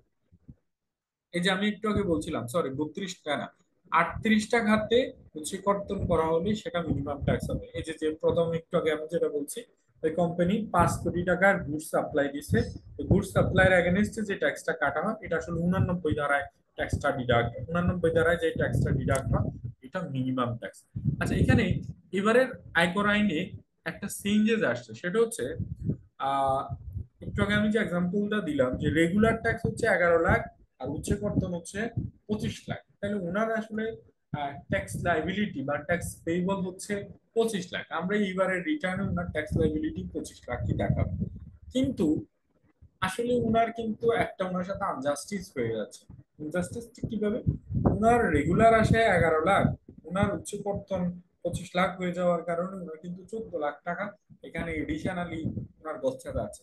এবার আইনে যেটা বলা হচ্ছে, যদি কোনো করদাতা রেগুলার ট্যাক্স থেকে মিনিমাম ট্যাক্স বেশি হয়ে যায়, যে মিনিমাম ট্যাক্স যতখানি অ্যাক্সেস হচ্ছে এটা উনি পরবর্তীতে অ্যাডজাস্ট করতে পারবেন, উনি রিফান্ড নিতে পারবেন। তো এই বছর আমরা ট্যাক্স লাইবিলিটি 25 লাখ ঠিকই দেখাবো, বাট আমাদের যে অ্যাক্সেস মিনিমাম ট্যাক্স কত 14 লাখ যেটা আছে, এটা সামনের বছর এবিসি লিমিটেড কোম্পানি কি করতে পারবে, অ্যাডজাস্ট করতে পারে। ধরেন সামনের বছর ABC limited company regular tax চলে আসছে 25 লাখ টাকা, আর ওর উৎসে কর্তন করা আছে 5 লাখ টাকা, তাহলে সামনের বছর এই কোম্পানির ট্যাক্স কত হবে, আপনার হচ্ছে 25 লাখ টাকা, যেহেতু রেগুলার ট্যাক্সটা বেশি। তো 25 লাখের মধ্যে এই 5 লাখ ওনার উৎসে কর্তন করা আছে, আর 20 লাখ টাকা দিতে হবে। 20 লাখ থেকে কি করতে পারবে, আগের বছর যে 14 লাখ অ্যাক্সেস মিনিমাম ট্যাক্স ছিল সেটা উনি অ্যাডজাস্ট করতে পারবে। তাহলে উনার আসলে এই রিটার্নের সাথে পরবর্তী বছর 6 লাখ টাকা ট্যাক্স দিলে হবে। তাহলে আমি যেটা বলছি যে এখন যেটা হচ্ছে মিনিমাম ট্যাক্স যদি বেশি হয়ে যায় রেগুলার ট্যাক্স থেকে, তাহলে আমরা এবছরের জন্য আর কোনো ট্যাক্স দিব না, ওই মিনিমাম ট্যাক্সটাই ট্যাক্স পেবল দেখাবো। বাট মিনিমাম ট্যাক্স যতখানি অ্যাক্সেস আছে সেটা সামনের বছরে কি করা যাবে, সামনের বছর আপনার অ্যাডজাস্ট করতে পারবেন। এই টাকাটা গভর্নমেন্ট রিফান্ড দিবে না, বাট আপনি এটা অ্যাডজাস্ট করতে পারবেন। আর গ্রস রিসিপ্টের মিনিমাম ট্যাক্সের ক্ষেত্রে যেটা একটা বড় ধরনের বিষয়, সেটা হচ্ছে গ্রস রিসিপ্টের মিনিমাম ট্যাক্স এতদিন পর্যন্ত ছিল 0.6%, এই বছর থেকে সেটা হয়ে যাচ্ছে 1%। এখানে একটা রেডিক্যাল চেঞ্জ আসছে, অনেক বেশি এটা বেড়ে গেছে। আর সেই সাথে আরেকটা জিনিস বলি, গ্রস রিসিপ্টের মিনিমাম যে ট্যাক্সটা, এখানে খেয়াল রাখবেন, কোনো একটা ব্যবসা যদি অব্যাহতিপ্রাপ্ত আয় হয়, এক্সাম্পটেড ইনকাম হয়, তার কিন্তু গ্রস রিসিপ্টের মিনিমাম ট্যাক্স আসবে না। একইভাবে ওর যদি রিডিউস রেটের ইনকাম হয়, গ্রস রিসিপ্টটাও কিন্তু রিডিউস রেটে অ্যাডজাস্ট করতে হবে, এটা একটু খেয়াল রাখবেন। আর এই 38টা খাতে উচ্চ কর্তন হলে সেটা মিনিমাম ট্যাক্স হবে। এবার আসি মিনিমাম ফাইনাল ট্যাক্স। এটা আসলে কোম্পানির জন্য খুব একটা অ্যাপ্লিকেবল না, কোম্পানির একটা জায়গায় হয়, সেটা হচ্ছে এক্সপোর্ট ক্যাশ সাবসিডি। কোন কোম্পানির এক্সপোর্ট ক্যাশ সাবসিডির এগেনস্টে যদি কোনো ট্যাক্স কাটা হয়, সেটা ওই কোম্পানির জন্য মিনিমাম ফাইনাল ট্যাক্স। এছাড়া বাকি যে তিনটা আছে সেগুলো আসলে ইন্ডিভিজুয়ালদের জন্য দুটো অ্যাপ্লিকেবল। ইন্ডিভিজুয়ালদের জন্য কোন দুটো অ্যাপ্লিকেবল, যে কোনো স্বাভাবিক ব্যক্তির সঞ্চয়পত্রের ইন্টারেস্টের এগেনস্টে আউটসোর্সে যে ট্যাক্সটা কাটা হয় সেটা মিনিমাম ফাইনাল ট্যাক্স। এবং ট্রান্সফার অফ প্রপার্টি, আপনি যদি কোনো প্রপার্টি ট্রান্সফার করেন, ওই প্রপার্টি ট্রান্সফারের সময় যেটা হয়, আপনি জমি বিক্রি করলে ছাপা কপলা দলিল মূল্যে রেজিস্ট্রির সময় একটা ট্যাক্সের টাকা জমা হয়। ছাপা কপলা দলিল মূল্যে রেজিস্ট্রির সময় যে ট্যাক্সের টাকাটা জমা হচ্ছে, এটা আপনার ছাপা কপলা দলিল মূল্য এবং কস্ট অফ অ্যাকুইজিশনের এই ডিফারেন্স দিয়ে যে ক্যাপিটালটা গেইন হয়, এই ক্যাপিটাল গেইনের এগেনস্টে এটাই ফাইনাল ট্যাক্স।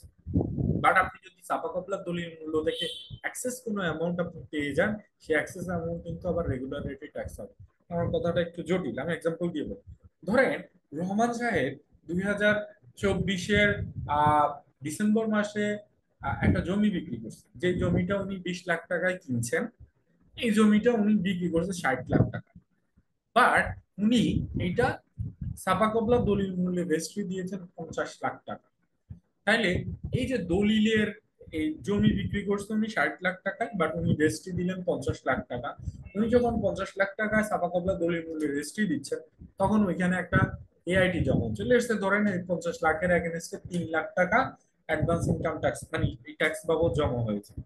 আয়কর আইন যেটা বলছে যে ছাপা কপলা দলিল মূল্যে আপনি যে রেজিস্ট্রিটা দিচ্ছেন, রেজিস্ট্রির এখানে যে ক্যাপিটাল গেইনটা হবে সেটা আপনার জন্য ফাইনাল ট্যাক্স।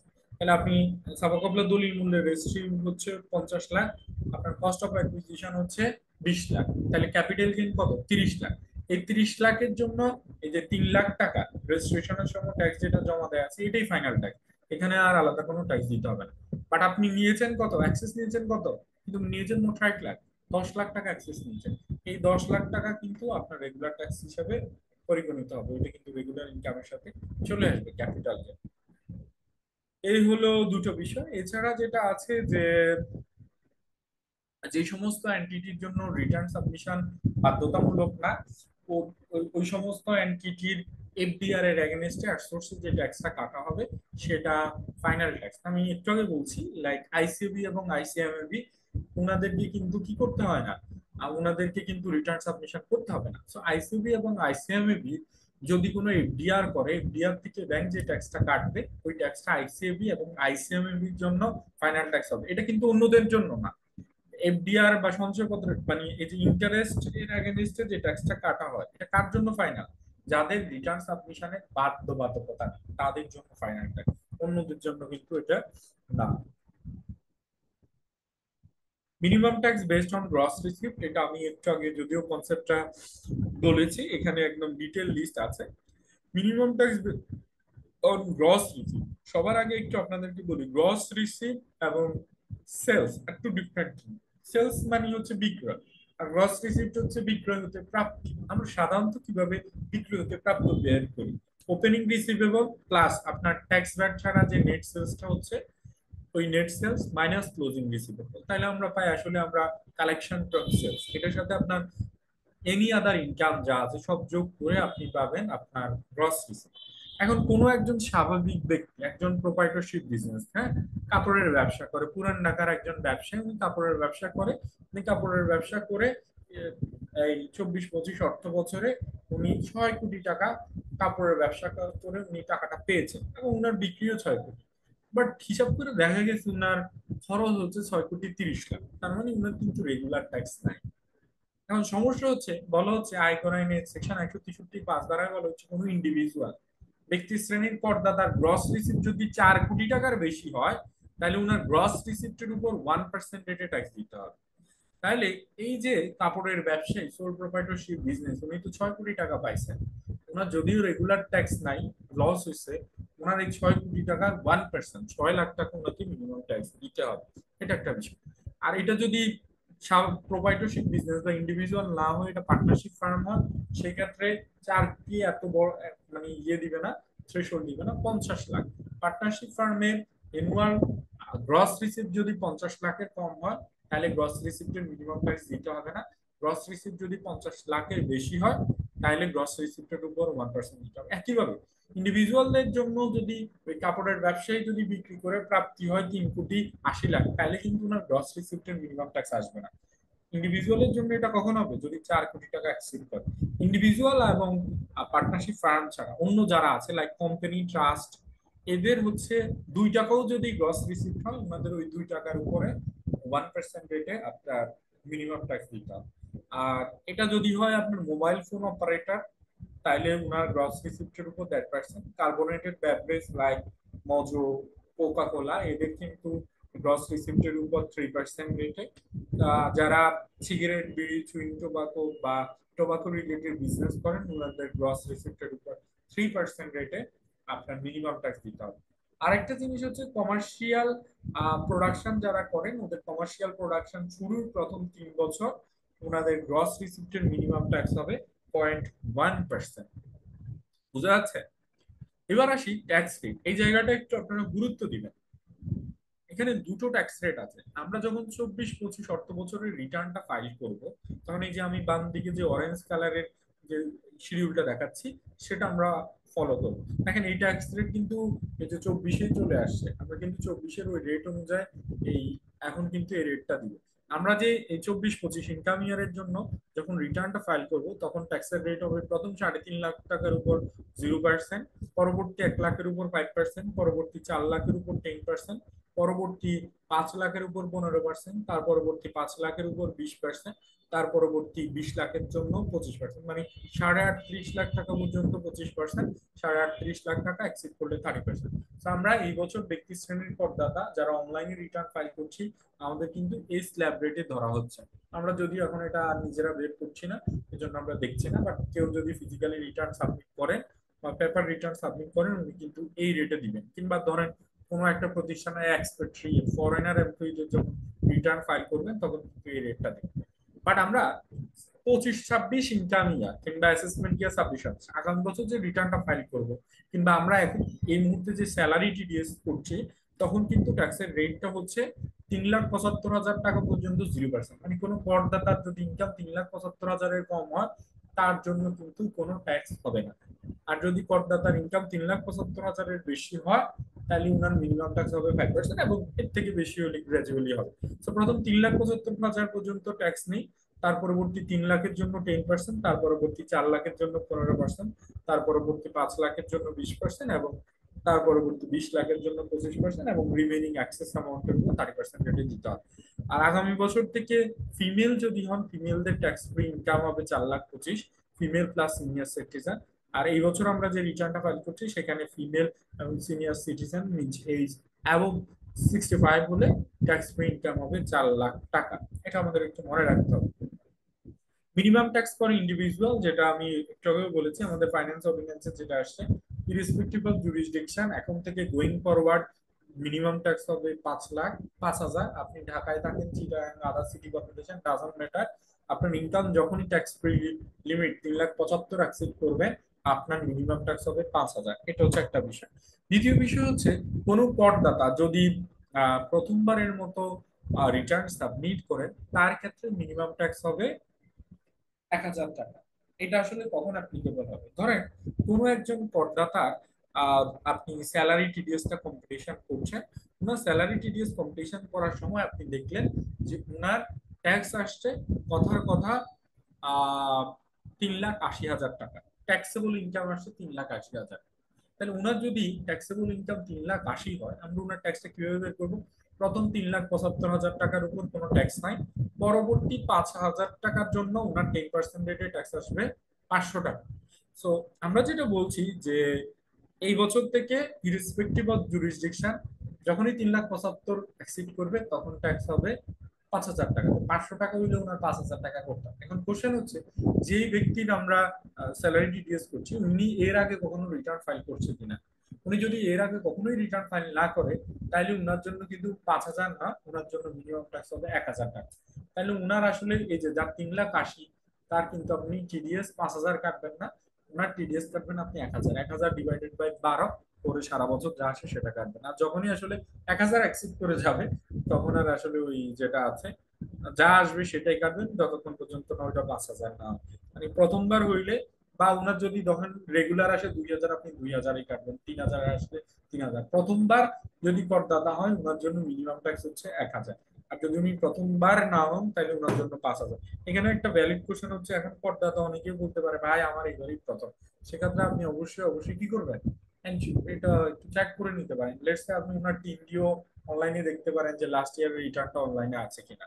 যদি থাকে তাহলে তো আপনি ধরেই ফেলতে পারবেন। আবার এক্ষেত্রে একটা অসুবিধা হবে যে হয়তো করদাতা 2 বছর ট্যাক্স দিয়েছে, গত 2 বছর দেয়নি, এখন আবার দিচ্ছে, সেক্ষেত্রে এটা বের করাটা মুশকিল। তো যাই হোক, এখানে আসলে যেটা হবে, আপনি এখন টিডিএস কম কাটলেও কি হবে, ওই করদাতা যখন রিটার্ন ফাইল করতে যাবেন, তখন কিন্তু স্বয়ংক্রিয়ভাবে শর্টফলের জন্য ওনাকে রিটার্নটা দিয়ে দিতে হবে। তো এটা আসলে টিম যদি অর্থ বছর হয়, সেই ক্ষেত্রে ধরেন উনি টিমই নিছেন এই অর্থ বছর এবং ইনকাম ওনার আসলে 3,80,000, সেক্ষেত্রে আপনি 1,000 কাটতে পারেন। আদারওয়াইজ ডিসক্রিশনারি বা দুর্বোধ্য হলে 5,000 কাটবেন। ট্যাক্স রিবেট আমরা এতক্ষণ ধরে বললাম যে জাস্ট ট্যাক্স দিব, গভর্নমেন্ট কিন্তু আমাদেরকে একটু প্রণোদনা রেখেছে, ট্যাক্স রিবেট রেখেছে। ট্যাক্স রিবেট নিতে হলে আমাদেরকে কিন্তু বিনিয়োগ করতে হবে, বিনিয়োগ না করলে ট্যাক্স রিবেট পাওয়া যাবে না। কোথায় বিনিয়োগ করলে রিবেট পাওয়া যাবে, সেটা আমাদের ওই যে আয়কর আইনের 6 শিডিউল পার্ট 3 তে বলা আছে। আমি যদি কয়েকটা বলি, লেটস সে সঞ্চয়পত্রতে বিনিয়োগ করলে 5 লাখ টাকা পর্যন্ত বিনিয়োগের উপর রেয়াত পাবেন। আপনি যদি 24-25 অর্থ বছরে 3 বছর মেয়াদি 7 লাখ টাকা সঞ্চয়পত্র কিনেন, আপনাকে মাত্র 5 লাখ টাকার উপরে বিনিয়োগ দেওয়া হবে। মানে আর আপনি যদি 4 লাখ কিনেন, পুরো 4 লাখের উপরে দিবেন, মানে ম্যাক্সিমাম আপনাকে 5 লাখ টাকার উপর বিনিয়োগের উপরে রেয়াত দিবে। আরেকটা জিনিস হচ্ছে, 3 বছর মেয়াদি সঞ্চয়পত্র কিনলে পরের বছর কিন্তু আপনি এটার জন্য রেয়াত নিতে পারবেন। রেয়াত নিতে হলে পরের বছর আবার কিনতে হবে, যদিও এটার মেয়াদ থাকে। তো এই যারা রেয়াতের উদ্দেশ্যে সঞ্চয়পত্র কিনেন, তাদের জন্য ওয়াইজ হবে যে 1 বছর মেয়াদি সঞ্চয়পত্র কিনা। আর এছাড়া যেটা আছে, সঞ্চয়পত্র ছাড়া আছে লিস্টেড কোম্পানির শেয়ার আছে, ডিপিএস 1,20,000 টাকা পর্যন্ত আছে। বিভিন্ন মিউচুয়াল ফান্ড বা বিভিন্ন এই ধরনের ফান্ডগুলিতে 5 লাখ টাকা পর্যন্ত বিনিয়োগের উপর রেয়াত পাওয়া যাবে। তারপরে লাইফ ইন্স্যুরেন্সে করদাতা এবং ওনার স্পাউস মাইনরিটির যে কন্ট্রিবিউশন, সেটার উপর রেয়াত পাওয়া যাবে। এরপরে রিকগনাইজ প্রভিডেন্ট ফান্ড, এমপ্লয়ারের প্রভিশন। খেয়াল রাখবেন, অনেক সময় আমাদের প্রতিষ্ঠানগুলির প্রভিডেন্ট ফান্ড কিন্তু রিকগনাইজ হয় না, আমরা রেয়াত নিয়ে নিই। এটা কিন্তু ঠিক না। আমি বলছি রিকগনাইজ প্রভিডেন্ট ফান্ড হলে আপনি এমপ্লয়ার কন্ট্রিবিউশনের উপর রেয়াত পাবেন। তো আপনি যেটা বিনিয়োগ করছেন, এই বিনিয়োগের 15% রেটে আপনাকে রেয়াত দেওয়া হবে। লেটস সে আপনি বিনিয়োগ করলেন 3 লাখ টাকা, তাহলে 3 লাখের 15% 45,000 টাকা আপনাকে রেয়াত দেওয়া হবে। বাট রেয়াতের এখানে একটা কন্ডিশন জুড়ে দিয়েছে। কি কন্ডিশন? বলছে আপনার রেগুলার ইনকামের 3% পর্যন্ত আপনাকে রেয়াত দেওয়া হবে। কারণ রহমান সাহেবের ট্যাক্সেবল ইনকাম হচ্ছে 8 লাখ, উনি সঞ্চয়পত্রে 3 লাখ টাকা বিনিয়োগ করেছেন, উনি কত টাকা রেয়াত পাবেন? উনার বিনিয়োগ 3,15,000 45,000 উনি রেয়াত পাবেন, বাট এটার জন্য ম্যাক্সিমাম থ্রেশহোল্ড হচ্ছে উনার রেগুলার ট্যাক্সেবল ইনকামের 3%, মানে 8 লাখের 3% কত, 24,000।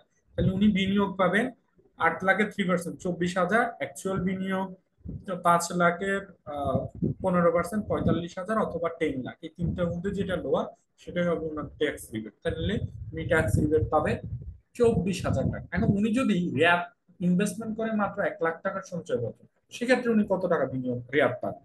উনি রেয়াত পাবেন উনার 8 লাখের 3%, 24,000, অথবা অ্যাকচুয়াল ইনভেস্টমেন্টের 15%, 15,000, অথবা 10 লাখ, এই তিনটার মধ্যে লোয়ার হচ্ছে 15,000। উনি যদি বিনিয়োগ কম করেন তাহলে কিন্তু উনি রেয়াত কম পাবেন।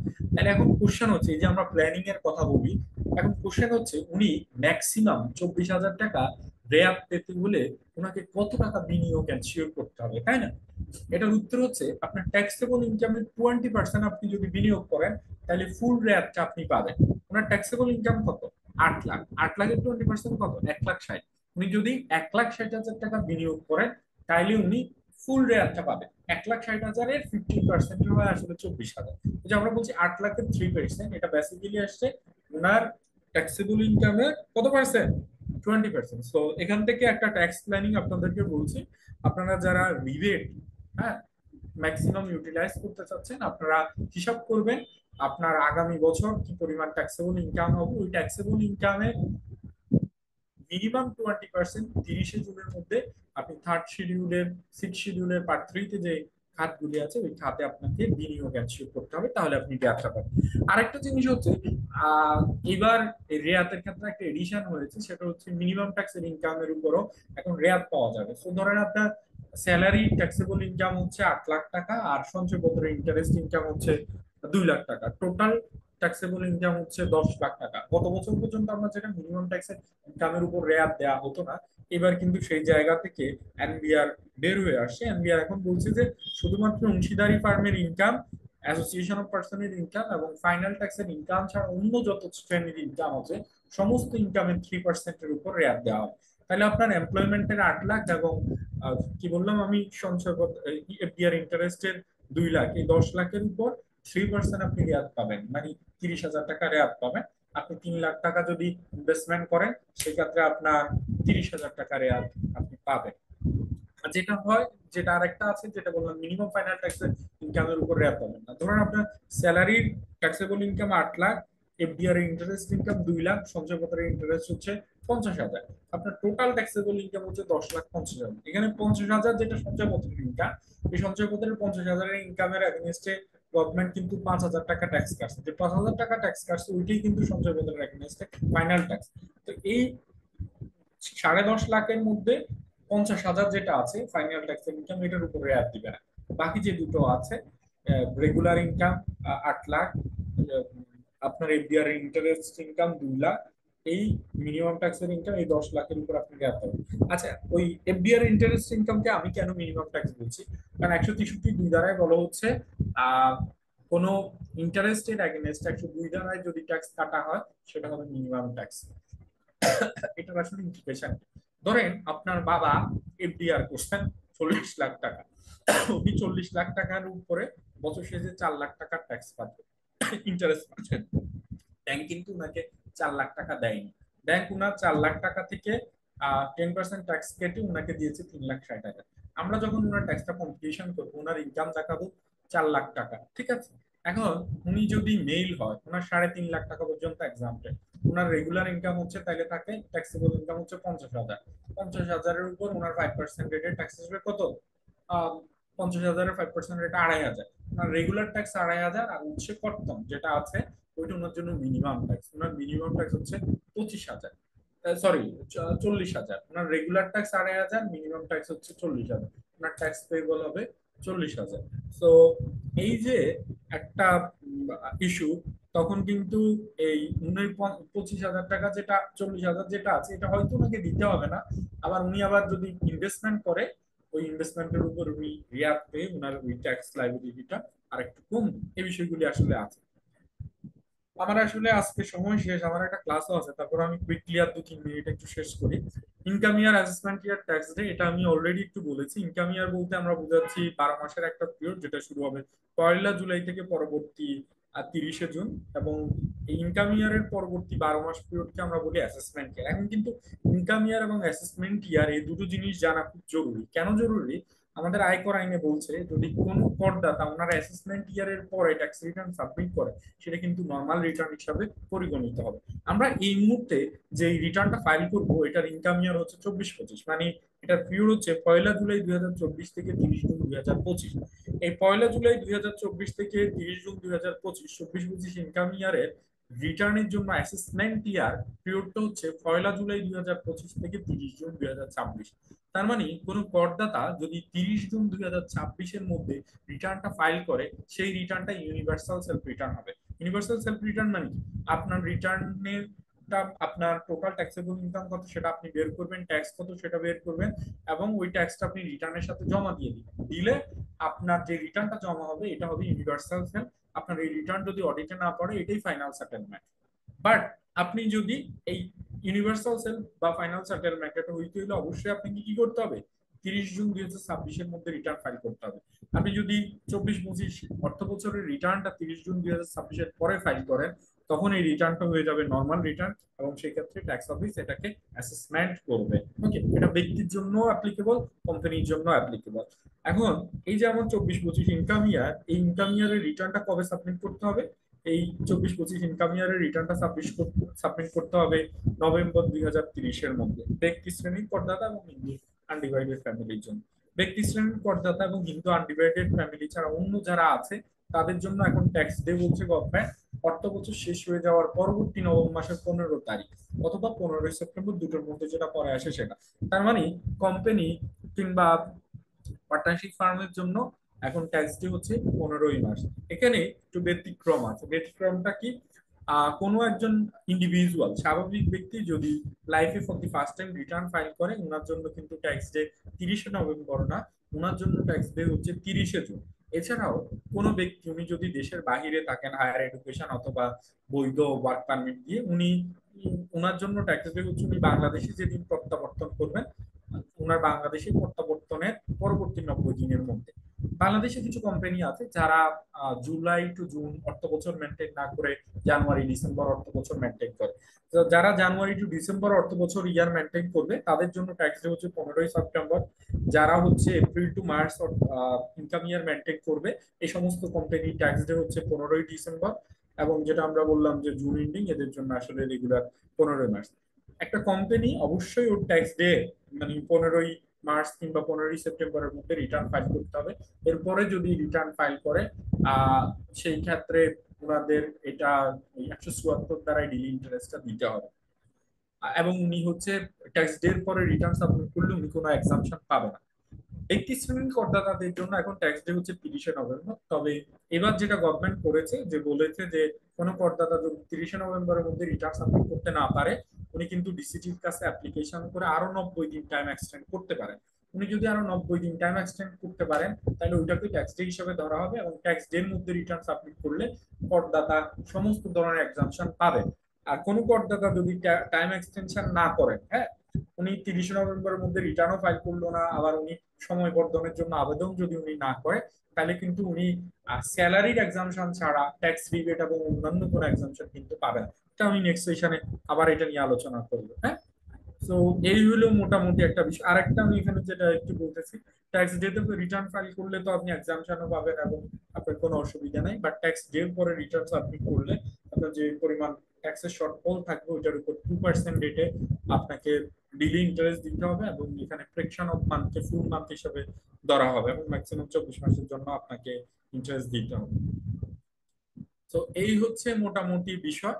আমরা এতক্ষণ ট্যাক্স রিবেট এবং রেগুলার ট্যাক্স এবং রিবেট নিয়ে কথা বলছি। ব্যক্তি শ্রেণীর করদাতাদের জন্য গভর্নমেন্ট এডিশনাল একটা ট্যাক্স রেখেছে, যেটাকে আমরা সারচার্জ নামে জানি।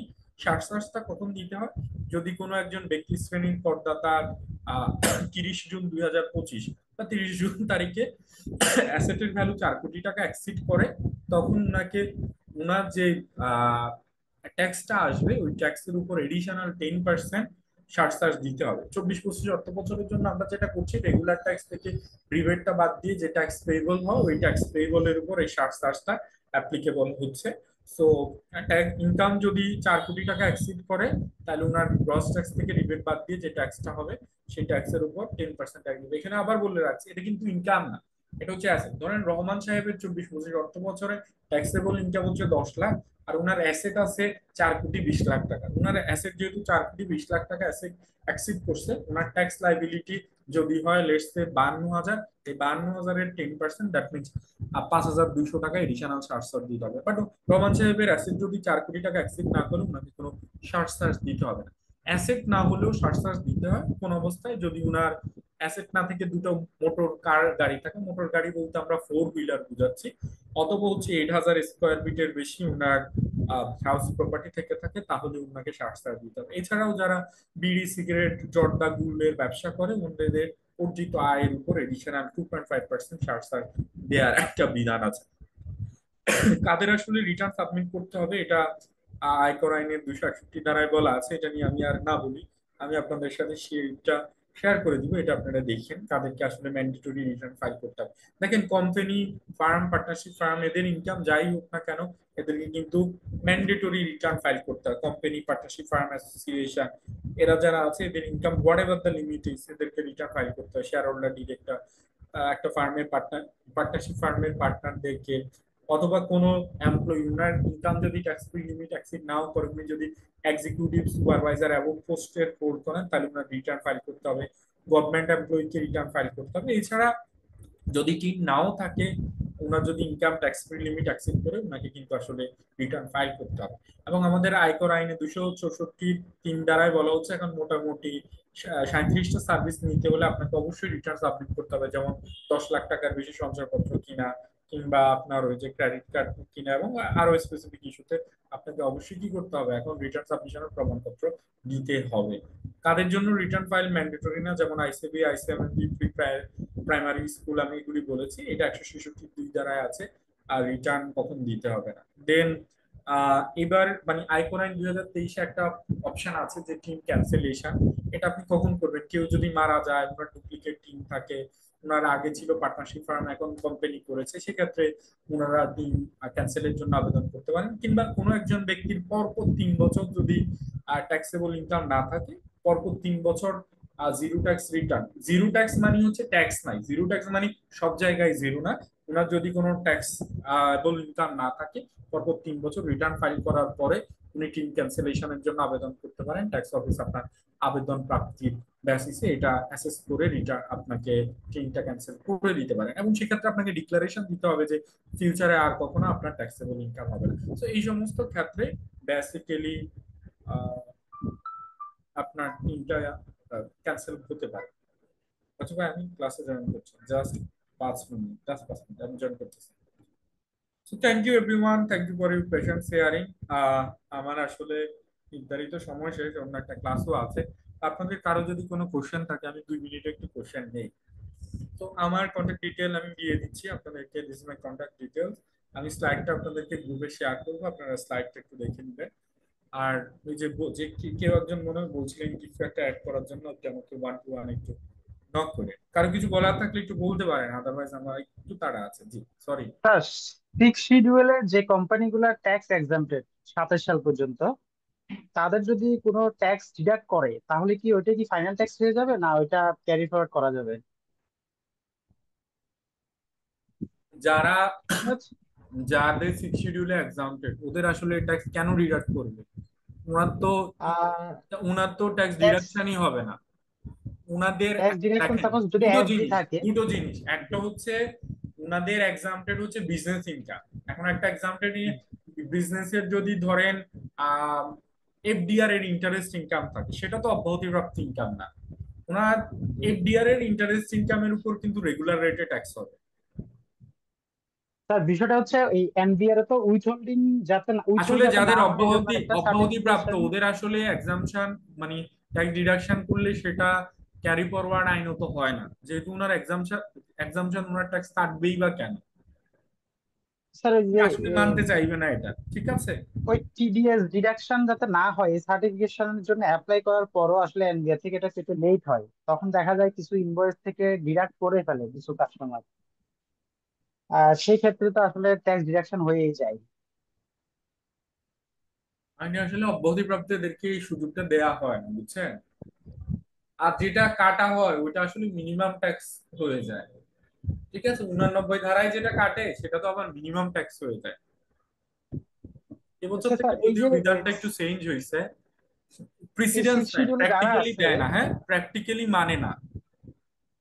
সিক্স শিডিউলে যারা আছে এই আমি এক্সামটেড বুঝতে ইনকাম, পেরেছি আপনার ইস্যু, এটা আসলে প্র্যাকটিক্যালি মানে না, হ্যাঁ, আমি এটা নিয়ে না আপনার সাথে আমি আবার আরেকটা কথা বলবো। আরেকটা আরেকটা অ্যাসোসিয়েটেড ইয়া ছিল, এই সিক্স শিডিউলে যারা এক্সামশন পায় তাদের কি বাধ্যতামূলক টিডিএস ডিডাকশনের সার্টিফিকেটটা নিতে হয়? অবশ্যই নিতে হবে। আপনি উৎস করে যে বিধি আছে, বিধিতে বলা আছে যাদের অব্যাহতিপ্রাপ্ত আয় তারা যদি এক্সামশন সার্টিফিকেট না নেয়, না দেয়, তাহলে জি, আপনি জি, রেগুলার ট্যাক্স কাটবেন।